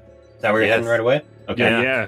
Go ahead and make whoever is the best at it, go ahead and make a survival check. Austin? I'm at negative I'm 1. pretty good at survival. And I got an 11. Oh, wait. Oh, I can use my strength on survival? What? What? When I'm raging. Oh, yeah, that's some of the new rules. Oh, So I get to add a +4 to the... Oh, I got a 9. All right. So what was our highest? 17? 17. Okay. With the 17 -1. does get you there relatively quickly. And the peekaboo's doing all the work. Mm-hmm. But the other thing is, the peekaboo read the map and figured out which way to go. but the other thing is, as you're kind of walking, and those that rolled a little bit lower, you really don't notice this. You're just trying to follow the snow. There is a massive storm cloud in the sky, and it's actually pretty much centered on this one spot. Actually, now that you're kind of looking at it, those of you with a little bit higher intelligence, you're starting to think that maybe Mayor Not Sure wasn't quite sure what he was supposed to be doing. Because it was relatively easy to find. But you do find a cave system, and eventually, as you're sort of wandering through it, you start to hear chanting. By the frost that binds the soul, cold as Chanting's death, never dark good. and whole, rise from depths where shadows creep, from frozen tombs awaken deep, by the frost that binds the soul, as you start to round this cave, and eventually it opens up into a large sort of chamber. You do see that there are people there. They all seem to be sort of chanting and not paying attention. What do y'all want to do? I have a lightning javelin I can throw. Okay. I don't have any like big, huge like. I can cast darkness, Ooh, that could be a good. but then we can't see in it either. Is the only. And problem. right now, you guys are kind of like on a corner, so you can see that there are some people, like someone's in there, but you do need to like kind of continue to go into the chamber. But you get a sense that as soon as you do that, like they'll see you, so you need to roll stealth or however you want to roll. I say we element of surprise and just bust on in on these bitches. Yeah, let's do it. Let's do it. Do it. And if it's okay, I could lead off with the javelin of the storm fist. Go for it. So the plan is just rush the corner and throw a javelin. Yes. Okay, I love it. How many of them are in a line? Because hopefully I can hit multiple with a. Currently, you can only see one in like a shadow of another one. Okay. Yeah, but chanting tends to be done in circles, so even if you just get one, you'll at least get another one on the way out. That's true. I might hit Tommy too, that punk. He deserves it, honestly. I don't even feel bad at this point. You know how I feel about killing kids. All right, everybody. 3, 2, 1. And I'll step out and I'll chuck my javelin of lightning.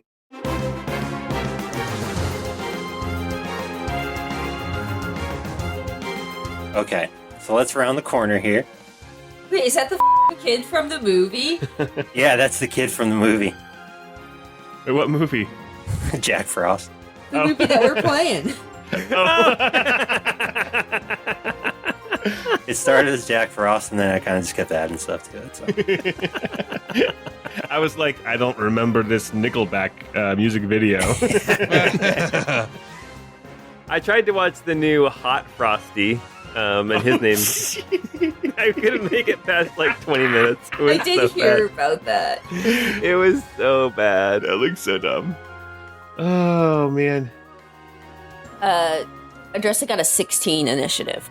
I wouldn't mind getting a different roll. Actually, I had a 3. Tikris got a 21. Yastin got a 19. Darden got a 20. All right. So as you kind of round the corner, you can see that there is a huge sort of pedestal in this very kind of circular room that is just getting colder and colder and colder. You actually see that there's ice sort of stalactites and stalagmites growing essentially from the sides of this chamber. There is a strong wind that's blowing through that is just ice cold, cutting through your bones as these individuals, 4 people, including Anita Snowday, who we now figured out has been tricking this town, are all chanting this. Close to them also is a cage where you see 2 children, including Tommy, who now appears to be thrown in there. All right. And we round the corner and we throw a javelin. Sounds like a plan. I mean, maybe it's not a good plan, but it's a plan. We're doing it. Yeah, running out to go throw a javelin. 45 feet of movement got me right to about just the entrance of the room, really. Mm-hmm. So let's see if I can draw a line that doesn't kill a bunch of kids. Let's see. Sometimes. Oh, that'll hit the cage. That probably would hurt. Yeah, no, that definitely okay. I feel like you could do it between the two and just kind of hit the cage a little. It's fine. And this, on the giant like altar, you see there is a form that is growing, and it's almost like pulling from the air. You see sort of like glowing, bright blue, sort of skeletal structure, but huge, probably 10, 12, 13 feet tall. Wings sort of starting to grow off of it as well. You see a center sort of glowing, sort of pink orb, actually, and it's sort of like almost holding itself and growing as it sits sort of in the central altar with glowing blue rings from the bottom. You should still throw a javelin, but just more context. Okay, I'm gonna attempt to throw a javelin to hit two of these people in here chanting. Neither one of them is Snow Day, but I'll hopefully not hit the kids either. But they need to make a DC 13 Dex save. We can say they're surprised. Why not? They're very focused on that chanting, so I feel like we definitely have the element of surprise. And it will be a 20 lightning damage on a failed save, half on a successful save. All right, the closest guy rolls a 14. So he's saved. And he takes how much? 10 damage. Then the other guy roll 18. All right, so they both take 10 damage. Awesome. All right, Tikris, anything else? For my bonus action, I'm going to rage, and then I'm going to throw another normal javelin at the closest guy. Okay. And that's within normal range, so no disadvantage. And I'm doing it with reckless attack. So that should be a 14 to hit. Does a 14 hit this guy? It does not, no. Bounces off his studded leather armor. Okay. And then Tikris will draw his halberd and be ready for the next round. Perfect. Darden. Darden is going to run up 30 feet and to stand up next to Tikris, and he's going to grab a rock from off the ground, toss it in the air, and then baseball whack it as hard as he can. And he's casting Stone Toss. So straight line from him. Let me just make sure that this is how I'm thinking. Okay, if this could be bad. So the first guy needs to make a dex save, DC 14. With disadvantage, right? Because they're surprised still? Oh, I mean, if this is a surprise round. All right, they roll 18. Okay, it misses him and then whizzes past him at the woman, Anita. Anita Snow Day. She better fail. She's got to make the save now. This is where it could be bad. Okay. This gets a flat 0. That's going to be a 7. So you got a 7. Okay, so then she'll take 3d8 bludgeoning damage. Oh my gosh. I rolled really bad. I rolled a 1, a 5, and a 4. So she took 10 bludgeoning damage as I whack this rock and send it flying right at her. It kind of breaks into chunks because it's a lot of ice, but the chunks still hit her, still do some damage. Twitchy is running up right next to me, but not able to make any moves or attacks yet. Love it. Yeah, Austin. Okie dokie. For these enemies that we're seeing around this thing, can you describe for me again this one that's kind of closest to the cage that is not Anita Snowday? Yeah, so the ones that are closest to you all, they appear to be more kind of like standard armor with scimitars at their side. The one that's closest to the cage, as well as Anita, almost appear to be a little more magic-wise. Carrying kind of a tall staff, does not appear to be in armor. If you were to guess, you would say probably magic. Perfect. Okay, that's the one we're going to target. That magic user that's closest to the cage is 80 feet, so with a flash of Yastin's bracers, a kind of target mark hovers in the air above that creature, and he is going to let loose with a few attacks. First one is an 18 to hit. That is going to hit. For 11 piercing damage, and an additional 3 Hunter's Mark damage. And then the next hit, or next attack, is a 14 to hit. That is going to miss. It's sort of, it hits, and then you see their robe sort of like shimmer magically, and it bounces off. Got it. Okay. Damn, that's some sick and- mage armor. Yeah. And that is it for Yastin. Awesome. All right, they are surprised, so they do not get a chance to attack Adressa.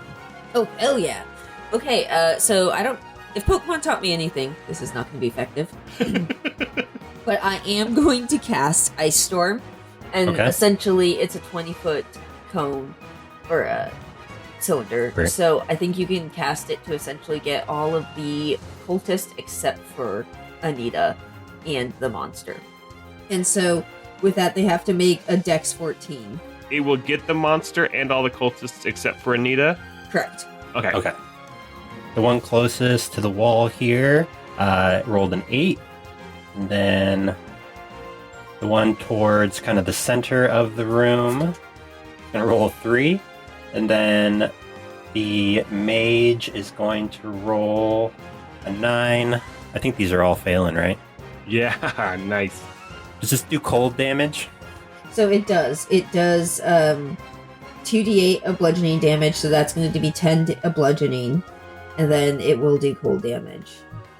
Okay, so it does bludgeoning and cold. Okay. Yeah. It does not take any of the cold damage, but it does take some of the Do bludgeoning. anybody, like, do the humans take any of the cold damage? All the humans appear to, yes. Okay, so that is then an additional... So the monster gets 10 damage, and then 16 for the humans. So 26. Nice. And then it's, like, difficult terrain until the end of my next turn. Alrighty. Anything else? That's... well, I'm gonna move up 30 feet. I'm gonna take my movement. I didn't say that, but yeah. That's it. Okay, and then last on the list is Vortimus. What I'm going to do, I'm going to move up as far as I can, 30 feet, which puts me right between Darden and Tikris. And I am going to pull out javelins. I'm going to throw one javelin at each of these cultists who are closest to us. So the first one on the left is going to be a 22 to hit. That's going to hit.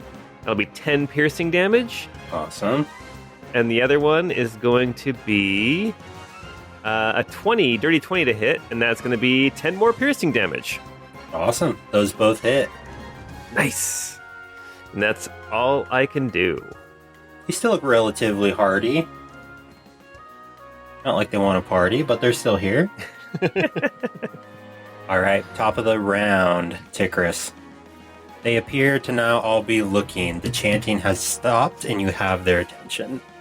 All right, so Tikris is going to move up to the one closest to us on the right, so kind of in the middle of this formation of cultists, and he's going to start taking his attacks recklessly. First attack is a 17 to hit. That will hit. Okay, so that will be 14 plus his frenzy damage, another 8. So that's 22 damage for the first attack. Okay. And second attack with advantage is a 19 to hit, Damn. which does 10 damage. Okay. And then bonus action, he's going to do a butt strike with his the end of his With his butt. the end of his giant's hatchet. That's a 21 to hit That'll hit. for 9 more damage. Okay. All right. So, where this one was ready to party, it now looks like he's not quite as ready to party. Almost like the party may have left his spirit. Oh man, What else? That Tikris feels bad for ruining it, like breaking his party spirit. This is supposed to be a beach party day. That's it for Tikris. Okay. Darden. All right, Darden and Twitchy are going to run to the guy that's on the south side of things, or the south west, and he's going to do the Twitchy Dross burp all the slag and extra gross bits that left over after working the anvil. He fires a ray of 30 feet out of acid. So both this guy and the frosty guy need to make a DC 14 Dex save. So this is hitting the cultist or the armored guy as well as the monster in the middle. Yes. Yes. Awesome. So the first cultist rolls an 11. Okay. And the monster... These are dex, right? Yeah. The monster rolls a 3. Nice. Not very dexterous, as it's trying to pull their legs, which are now frozen to the ground, up off of this platform. So both of them are now covered in acid, and at the start of each of their turns, they'll take 2d4 acid damage. Okay. Unless they use their full action to scrape the acid off. Okay. And it lasts until they do that. Multiple days? No, okay. Let's see, up to a minute. Okay, good. Had to clarify. Yeah. Awesome. So that is my turn. I'm covered in this acid and I don't know what to do. Sorry, how much damage did they take? No damage until No their turn. damage. Just okay. Perfect. Alrighty. Yastin. Okie dokie. Yastin is he'll step like another 10 feet into this room, but still, back in the hallway for the most part. And I'm just gonna keep picking on that magic user over by the cage some more. So we're gonna just launch a couple more arrows. Oh no, one hit the kid. I'm so sad. Tommy, no. So it was a 12 to hit, which isn't gonna do it for the first roll. Correct. Please be a better roll. Okay, 25. So this one should hit. That will hit, yeah. We'll do, 10 piercing plus 5 Colossus Slayer for 15 plus 3 for my Hunter's Mark, so 18 damage. Nice. Ooh, okay. And that's it. One trick pony. That's all he can do is just shoot arrows, so woo! That mage looks unhappy. Okay. So, our cultist that is in front of Darden is going to attack Darden 3 times, twice with a scimitar. He'll take 5 acid damage as well.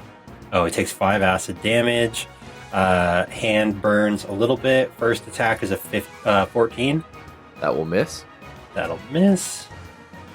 And then the second attack is going to be a 13. I'm assuming that misses. That will also miss. Darden has really high AC.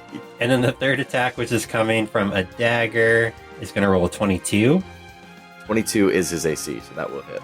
All right, and that will do 7 piercing. Okay. Take that, guys. Ow. Owie. Ooh. Adressa is now your turn. Okay, Adressa is going to move up next to Tikris and is going to use lightning, lightning bolt, to get both the guy who's looking really bad in the armor and then also the mage that Yastin was going after. So they have to make Dex 14. The first cultist is going to roll a 17. Okay, so they'll take half the damage then. And the mage up there is going to roll 12. Okay, so they'll take full damage. So that's 27, and then halved would be 13. Nice. Okay. They are not looking great. And that's it for me.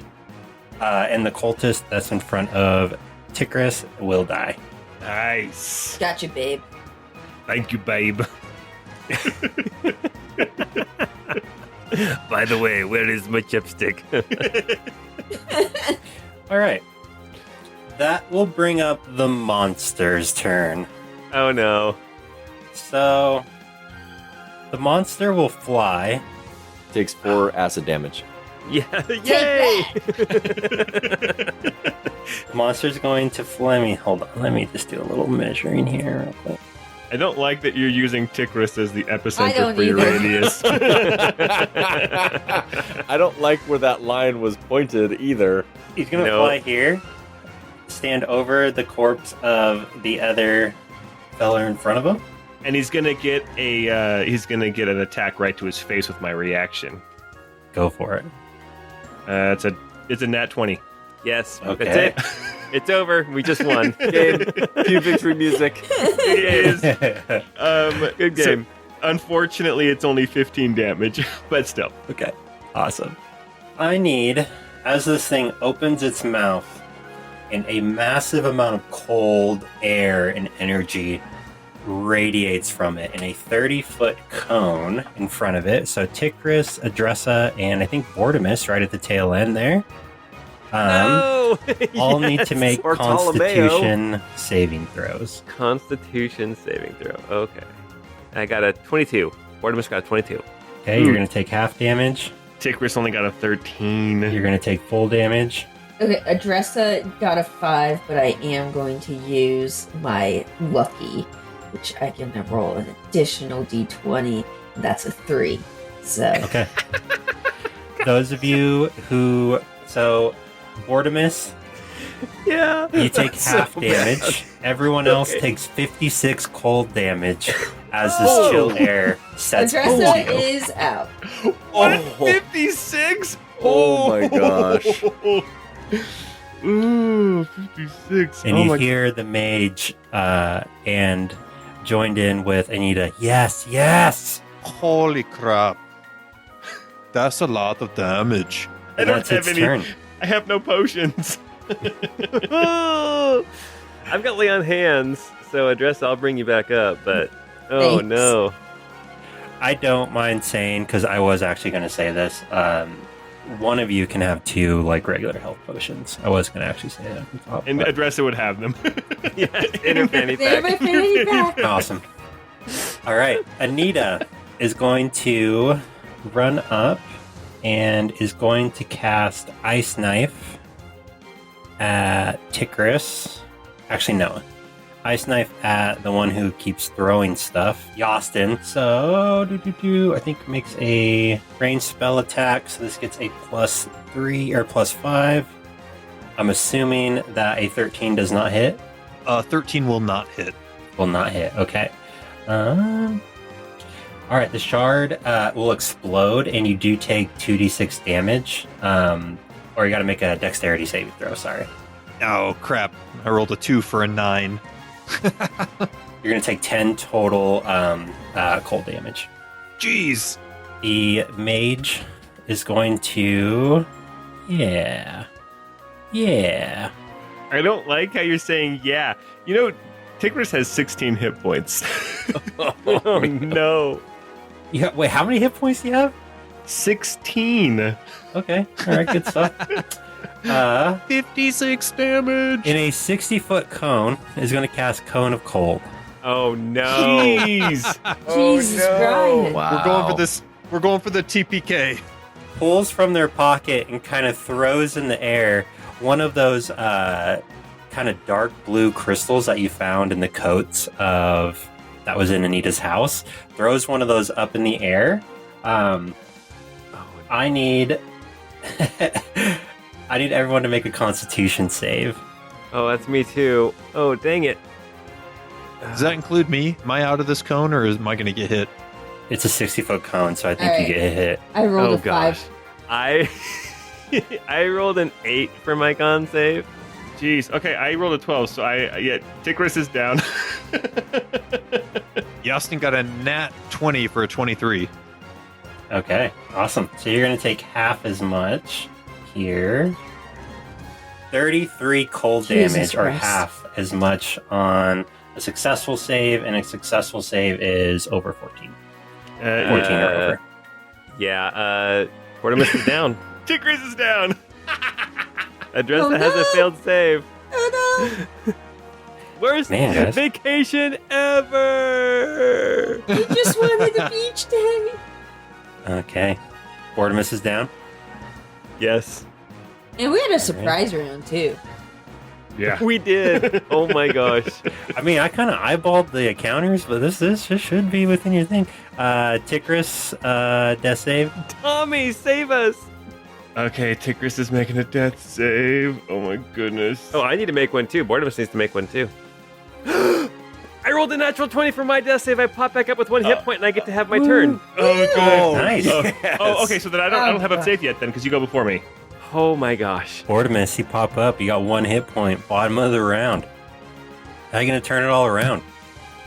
Oh my gosh. I can't do 2 different lay on hands. I'm going to rush up to Adressa, hoping she has Fireball. I'm going Oh No, you don't. No. I am going to give you. I'm going to give you 20 hit points of healing, no! Oh, thank you. Goodness. Heck. and then my bonus action. I am going to Shield of Faith myself. You don't want to reach around in her fanny pack to get a potion for Tigris? We're not that close, so. I mean, I've got 1 hit point left. I brought Adressa up. I've got 1 hit point left. All right, Tigris. Oh, 13. Okay, that's a success. Awesome. There you go. Darden. Darden is going to run over to Tigris, provoking an attack of opportunity, I'm assuming. And he's going to run up to Tigris, and he's going to cast Get Back In There, healing 13 health to Tigris. Awesome. And that was a 19 to hit. Thank you. Okay, a 19 will miss. Alrighty. Misses on the attack he of just- opportunity. He just gives Tigris just like a big old whack right in the butt. Says, "Get back in there, big guy." Nice. Tigris is back up. So Tigris is back up. Then Awesome. Twitchy is going to attack the guy that was right next to us for his turn. That will be a 14 to hit. That misses. Okay. Then that is the end of my turn. Yostin. This would probably be too cheesy, so DM, feel free to reject this. I have a spell that only affects a 5-foot area.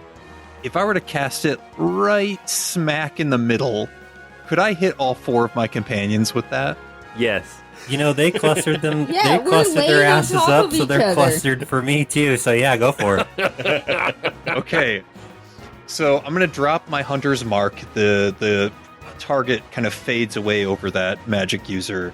And instead, Yastin says, "Be healed, my friends." And hovering over them, you see this fey kind of ethereal wolf thing that's like kind of dancing Nice. over them.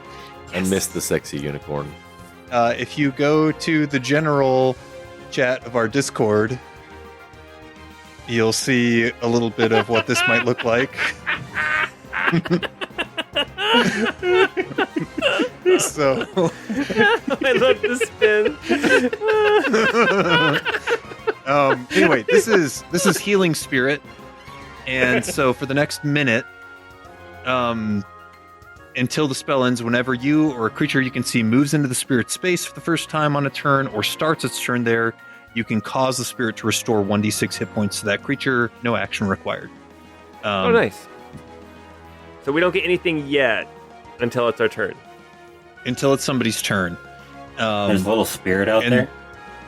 Yeah, and so it can only heal 1 plus my spellcasting modifier, and my spellcasting modifier is a 2, so it can only heal 3 times. So the first 3 people's turns that come up will get the healing effect, and then it'll disappear. Okay.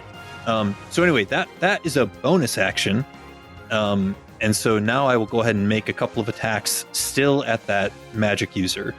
Okay. So first one Pretty hardy for a is magic user. gosh, a 12 to hit. I can't roll well to save my soul right now. Yeah, that'll miss. Yeah, this magic user does not look like they're going to last long. Next one is a 13. Actually, they're going to be fine. Good luck, guys. I did everything I could. Oh my gosh. All right. This guy is going to This is the yeah, guy so on the cultist, the armored cultist who's still standing, He takes 4 acid damage. takes 4 acid damage and kind of takes a look and it's like, that's a lot of stuff happening over there. I'm just going to hit this robot, and he's going to hit the robot 3 times. All right. It's a good thing, though. He has more, so we don't have to be so stressed about it. Yeah, you don't have to worry about it. I've got plenty. Oh my god, that's an 8 and a 10. That misses, and Those then miss. is going to follow up with a dagger and rolls an 8. Oh my god. Okay, this guy doesn't care. He doesn't those even were all want to gonna be miss. here anymore. Yeah. All right, he's going to stay there. Adressa, it's your turn. Okay, Adressa is going to mosey around to the east side of this ice giant and is going to once again cast Lightning Bolt. Okay. Oh, nice. And so I'm going to get the ice giant, the mage, and the other guy. Oh, hell yeah. So that is, again, another Dex 14. All right, so the ice monster is going to roll a 17. Okay, so The- he'll pass. The mage is going to roll a 12, and then the armored cultist is going to roll an 8. Okay, so they'll take 28, and then he'll take 14. The mage dies. Fine. Nice. Yes. And that is Adressa's turn. Did you take your healing at the start of your turn? No, how much was it again? It is a 1d6, so 4. Nice. And then actually, can I also take one of my potions? Sure. All right, ice monster's turn. He rolls a d6. On a 6, it's a bad time for y'all. He takes 4 acid damage. Okay. Yeah. Take We're crushing it, guys. Direct. Rolls a 3, so totally I'm fine. up to like 20 Oh, acid good. damage Yes. at this point, by the way. That's so Nice. you Nice. keep on it, but Yes. No. It's great. You're doing it great. All right, it is going to turn and make 3 attacks, 2 with its hands, and then bite at Adressa, who just shot it. No. oh man. All right, so the first claw attacks versus a 24, Oh gosh. Yeah, that'll hit. and the second's a 21. Will that hit? Up, dude. The bite is a 12. I think that misses. It does, because of my mage armor. Awesome. So the first claw attack will do 16 damage, Okay. and the second will do 11. Oh.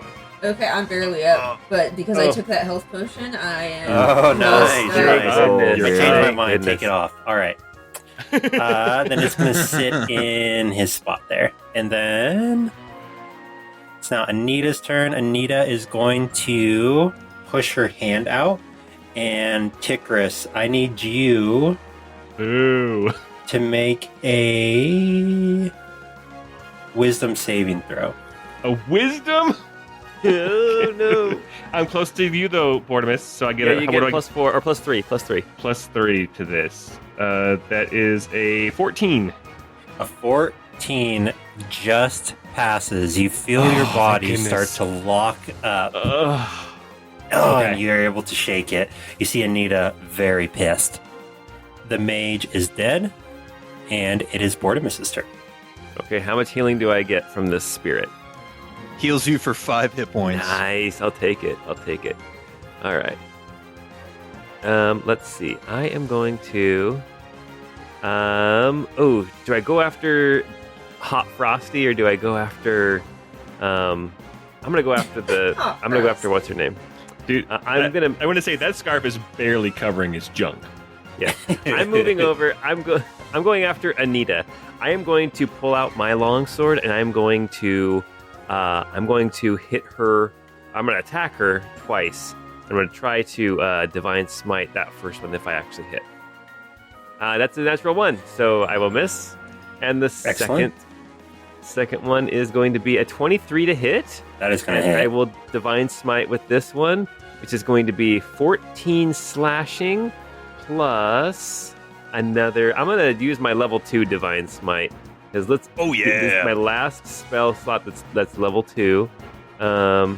Another 14 radiant damage. So I did a Good total lord. of 28 damage to her. Ooh, okay. Definitely not looking great. Yes. All right, what else? Anything else?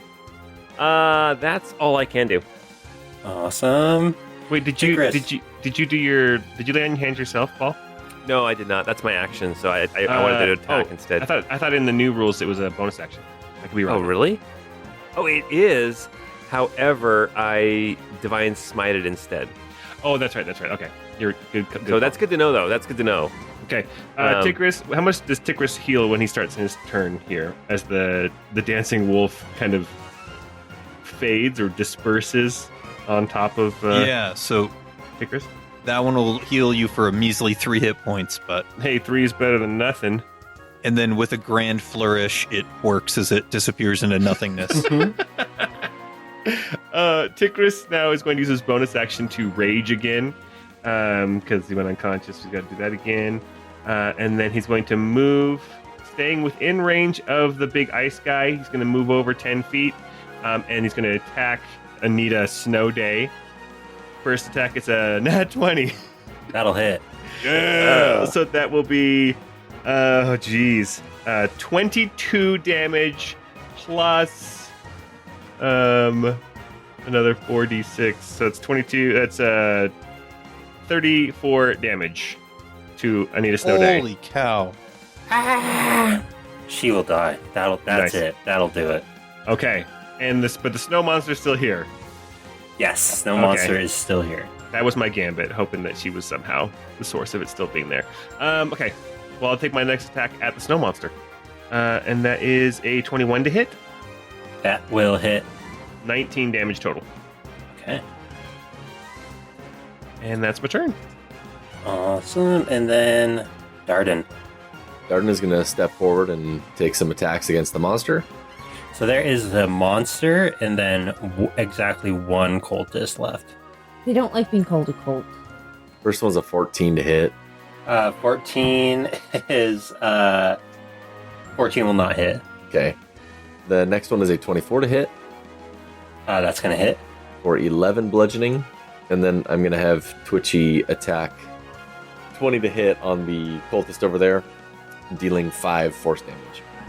5 force. Okay, the cultist hits the ground dead. Awesome. Wow, all right. As soon as you see that happen, you see chunks of the monster, you see chunks of ice start to fall and hit the ground. It's still standing, but it is clearly not doing well. Okay, so it was all the cultists who were keeping it around. Okay. Twitchy's going to use his full movement. He's going to maneuver around so that he's standing next to Adressa, and looks like he's taking kind of a defensive stance to try and protect her. Aww. Yeah, Austin. That's adorable. Okay, so with my bonus action, I will conjure up a hunter's mark over the creature. And then bringing out the oath bow, you hear a weird high-pitched scream actually yells out, "Swift death, defeat to my enemies!" as the bow itself is calling for death. And Yastin kind of replies, "Swift death to you who have wronged me." And with that, he will enact his oath bow, and will make this creature his sworn enemy. So I get advantage on my rolls. Now make this enemy your bitch. That's right. And if I hit, they will take an extra 3d6 piercing damage. Ooh, that's good. First one, let me roll that again. 25, that looks a lot better. That'll hit. Okay, it's much better. And that'll do 10 piercing, 9 oath bow damage for 19, plus 7. He's already taken some damage, right? Yes, he has. Okay, so 7's Colossus Slayer, so that's 26 damage, plus my Hunter's Mark for another 5, so 31 damage. Ooh. Awesome. Nice. And he's vulnerable to everything right now, so that does get doubled. Yes. Oh, yeah. As massive nice. chunks of ice hit the ground.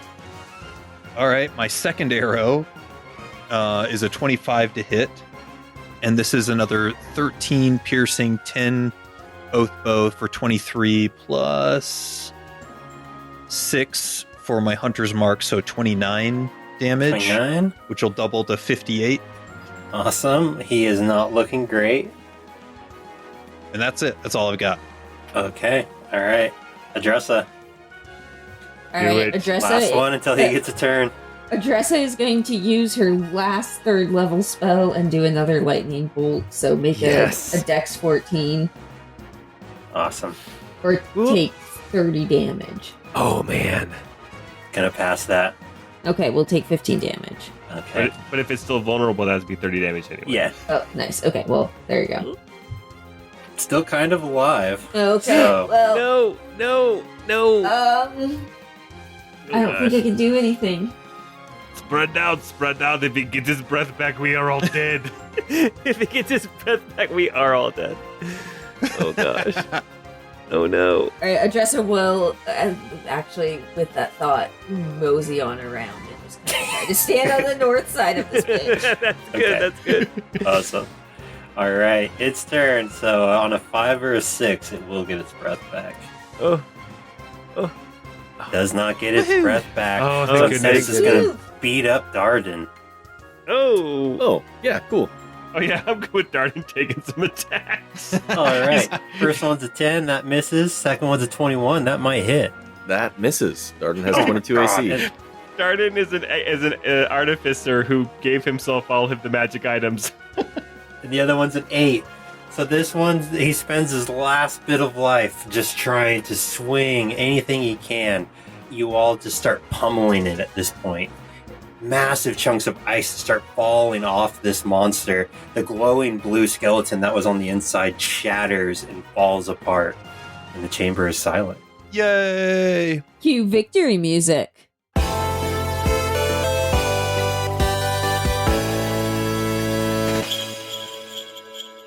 You hear in the corner, I told you we could do it, Chucky. I told you we were going to survive. Hey, Tommy, shut the up. Honestly, nobody let that kid out of the cage. Let the other one I was out. gonna say, you all Austin are... knocks another arrow. Swift death to you who have wronged me. You all are able to get the children out. As you exit the cave, you notice that the sky is already breaking, and the heat is already increasing.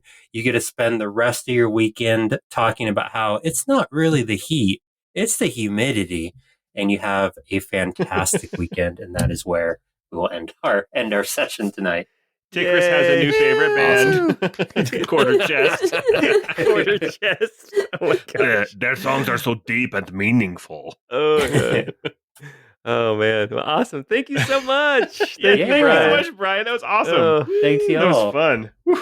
Y'all are It was amazing. fun. It was a good time. Thanks for not killing us. Jeez, Yes. I thought we were toast. I Oh my thought we were dead gosh. too. 2 I cones thought I of was going coke. to kill you all. It was You Barnabas's almost did. natural 20 death saving throw that kind of turned the tides. I Yeah, It think. really did. 100. Well, I don't really know did. because we still had 2 more people up who could have Yeah. healed at least, but that Darden anyway, has something. healing as well, but you Yeah. sped it along. We got back to everybody acting quicker. Yeah, Yeah, jeez. nice. Oh, man. Thanks so much, Brian. That was Yeah. awesome. Yeah. That was Yes. fun. This guy was a young white dragon. I Oh, figured he was Jesus. probably white dragon. Oh man, wild. Yeah. Uh, Beautiful. Now, Good who's stuff. going to end the episode? Who's going to do all of the... Sabrina started it. Hey, we got Okay. Patreon. Okay. Thanks for playing with us, dodecadorks. Hope you enjoyed our holiday special. If you enjoyed it, please remember to rate and review. Also, Patreon and Discord. All of the things. Very good. Until next time, have a great time. Bye.